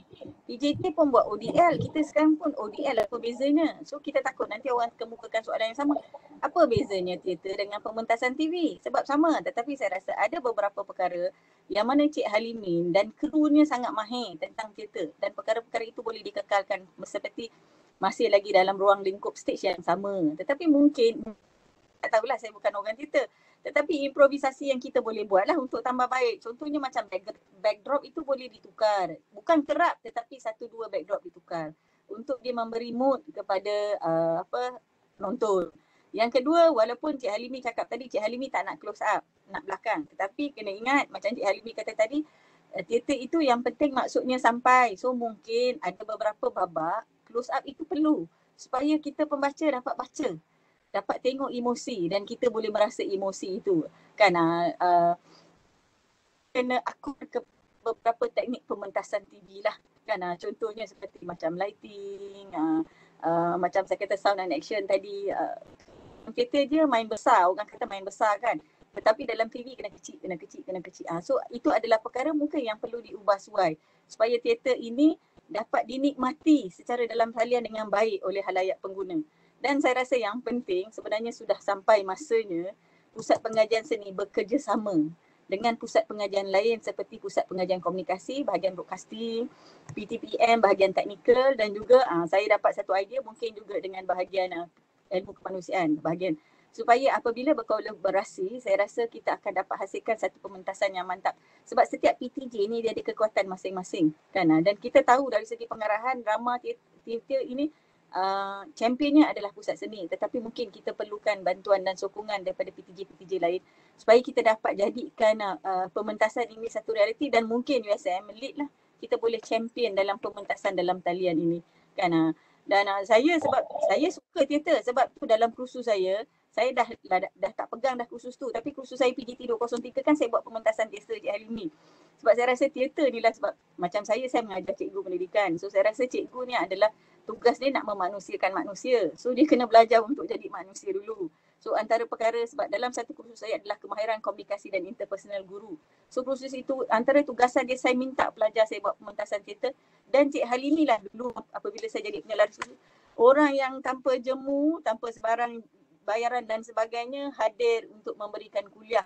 So saya hanya ada 2 slot kuliah yang saya berikan kepada pusat seni, pensyarah-pensyarah pusat seni untuk memberi input kepada pelajar-pelajar saya, dan di akhir semester dia pun kena buat pementasan teater, dan kami buat setiap semester. Dan Cik Halimah juga tanpa jemu akan menjadi salah seorang juri. Tanpa bayaran selama 6 jam, 5 jam untuk menyaksikan pementasan teater yang 15 minit pelajar-pelajar saya, dan kita ada tema setiap semester. Sebab saya percaya bahawa teater dia ada kekuatan tersendirilah. Untuk saya, macam saya kata tadi, pendidikan kan tugas kita adalah untuk memanusiakan manusia. Jadi sebelum dia turun menjadi memanusiakan manusia, dia kena manusiakan diri dia sendiri. So saya rasa itu adalah program yang berkesan lah. Terima kasih sekali lagi. Manusiakan manusia, betul. Betul. Okey. Kita bagi 2 minit dia. Betul kata Dr. Fazilah, memanusiakan manusia. Ni sifu cikgu dah bercakap ni. Cikgu-cikgu teater boleh memanusiakan manusia. Jadi gunakanlah platform teater itu untuk sebagai satu alternatif dalam pendidikan kita. Okey, bagi pada Dr. Wan Asma pula. Bagi 2 minit pada Dr. Asma untuk kata-kata akhir sebelum kita serahkan pada pengarah ni. Kita nak tutup ni majlis kita ni. Silakan Dr. Baik, terima kasih Dr. Andika. Saya sebenarnya sangat menghargai usaha yang dilakukan oleh Pusat Seni Universiti Sains Malaysia mengadaptasi karya-karya sastrawan atau pengarang ke pentas. Salah satu yang cukup menarik sebab dia membuka juga minda kami di PPIK, misalnya bahagian kesusastraan, sebab kita juga mengajar tentang penulisan kreatif, dan kita gunakan juga teater-teater daripada pusat seni sebab kita wajibkan pelajar ke sana. Kemudian dari segi mengadaptasi karya-karya pengarang besar ke teater, ini juga sebenarnya adalah satu usaha yang cukup baik sebab untuk zaman sekarang pelajar seperti semua yang telah beritahu tadi, pelajar atau pelajar universiti sudah tidak suka membaca dan sebagainya. Salah satu teater menyumbang kepada usaha kami dan kami di bahagian atau di skul lain. Kemudian satu untuk karya seorang tua di kaki gunung, sebenarnya dia adalah sebuah sesuatu yang menarik sebab saya ada ekspektasi sendiri, saya ada tanggapan sendiri, saya cuba untuk melihat bagaimana usaha yang dibuat oleh Encik Halimi ke pentas, dan nampak gayanya sebenarnya apa yang saya anggap dan apa yang Encik Halimi buat adalah sangat berbeza, dan sebenarnya berbeza bukan bermaksud tidak baik berbeza dalam erti kata, sebagai seorang pengarah teater ini yang sepatutnya dibuat, dan saya tak nampak itu sebagai sesuatu yang asing. Dan selain daripada itu, untuk karya ini saya rasa kalau saya baca tadi dalam komen Facebook, ramai yang tak baca karya. Kalau boleh, ini tujuan promosi, DBP boleh bagi diskaun kat saya. Beli buku ni dan baca. Jadi impak yang kita dapat daripada novel dan juga teater yang kita tonton oleh arahan daripada Encik Halimi akan mendapat kesan yang berbeza dan menarik sebenarnya. Okey, itu sahaja. Terima Beli buku, beli buku. Belajar kena baca. So tadi kata Dr. Fazila pun sama. Kita sekarang ni dalam dunia masa sekarang ni tak boleh bersendiri. Kita kena ada kombinasi antara pelbagai jurusan, pelbagai pengajian, pusat pengajian untuk bergabung tenaga untuk buat satu produksi yang boleh ada pelbagai elemen. Sebab itu yang diperlukan sekarang ini. Kita tak boleh berdiri sendiri seorang diri. Kena ada kerjasama semua pihak. Okey, Encik Alimi, kata-kata akhir daripada pengarah kita. Silakan. Okey, baik. Terima kasih kepada semua yang mendengarnya. Saya pendek saja nak katakan. Apa yang terkasar bahasa saya ucapkan, saya mohon maaf. Dan apa yang baik itu datangnya daripada Allah SWT. Yang tak baik itu datang daripada kelemahan saya. Itu saja. Semoga jangan jemu-jemu dengan teater. Dan apa juga sastra juga.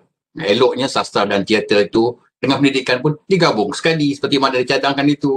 Ini kena ambil action untuk dekan. Semoga dekan mendengarnya sama. Okey, terima kasih. Itu saja. Itu dia. Itu adalah satu kata. Bikin kerjasama antara semua pihak.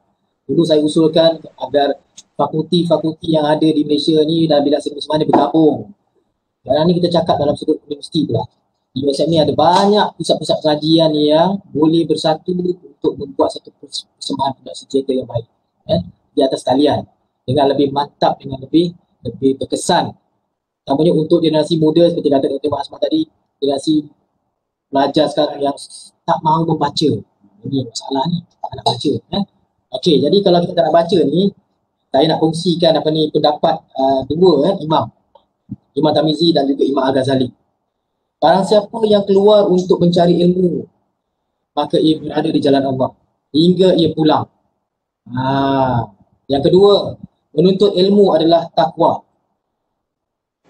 Menyampaikan ilmu adalah ibadah. Mengulang ilmu adalah zikir dan mencari ilmu adalah jihad. Jadi itu kalau kita pegang, tak adalah kita malas kan. Jadi salah satu cara punya kita menuntut ilmu ni adalah melalui pementasan teater. Jadi saya rasa kita pun dah sampai ke penghujung rancangan, dah masuk 10.49 dah ni, ke 11. Jadi sampai di sini sahajalah kita punya bicara santai, dan saya percaya dan saya harapkan semua telah mendapat manfaat dan ilmu daripada apa yang telah diberikan oleh panel-panel kita, termasuk diri saya pun dapat ilmu juga. Saya seronok sebab saya sebelum ni untuk pengetahuan mereka debar-debar kata nak masuk bicara santai tinggal sejam lagi, 3-2 jam lagi. Tapi bila dah duduk di sini, boom, dia keluar. Itulah dia orang-orang berilmu. Dia macam padi, semakin berat makin berisi semakin tunduk. Ya, alhamdulillah, syukurlah hari ini kita dah berjihad di jalan Allah Subhanahu Wa Taala. Jadi saya selaku moderator untuk program Bicara Santai mengucapkan terima kasih yang banyak-banyak hingga kepada ketiga-tiga panel.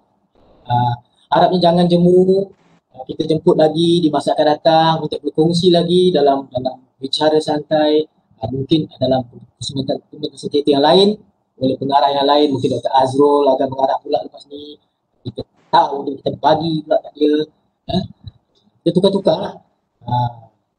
Ini pula mungkin, Encik Alimi mungkin akan lakon pula kita tukar lah pula kan. Okey, jadi saya rasa terima kasih banyak kepada semua panel, terima kasih kepada para penonton yang telah sudi bersama dengan kita selama hampir 2 jam dalam program Bicara Santai ini. Jadi mana-mana soalan yang kita tak sempat nak jawab itu, insya-Allah kita akan cuba jawab, kita akan cuba jawab secara dalam talian juga. Semoga malam ini malam yang bermanfaat untuk kita semua. Jadi akhir kata, terima kasih sekali lagi kepada penganjur, kepada Dr. Sarina selaku host untuk program ini, dan terima kasih kepada Dewan Bahasa, terima kasih kepada Persatuan Sekenet, Pusat Sekolah Seni USM dan juga Kerajaan Negeri Pulau Pinang kerana telah sudi menyumbang kepada produksi ini. Terima kasih sekali lagi. Assalamualaikum warahmatullahi wabarakatuh. Jumpa lagi di masa akan datang. Terima kasih. Terima kasih semua. Terima kasih semua. Terima kasih. Terima kasih. Assalamualaikum. Tahniah kepada Pusat Pengajian Seni. Terima kasih. Baik. Okey, terima kasih doktor semua. Terima kasih Ustaznya. Terima kasih. Tahniah Ustaz Seni. Okey.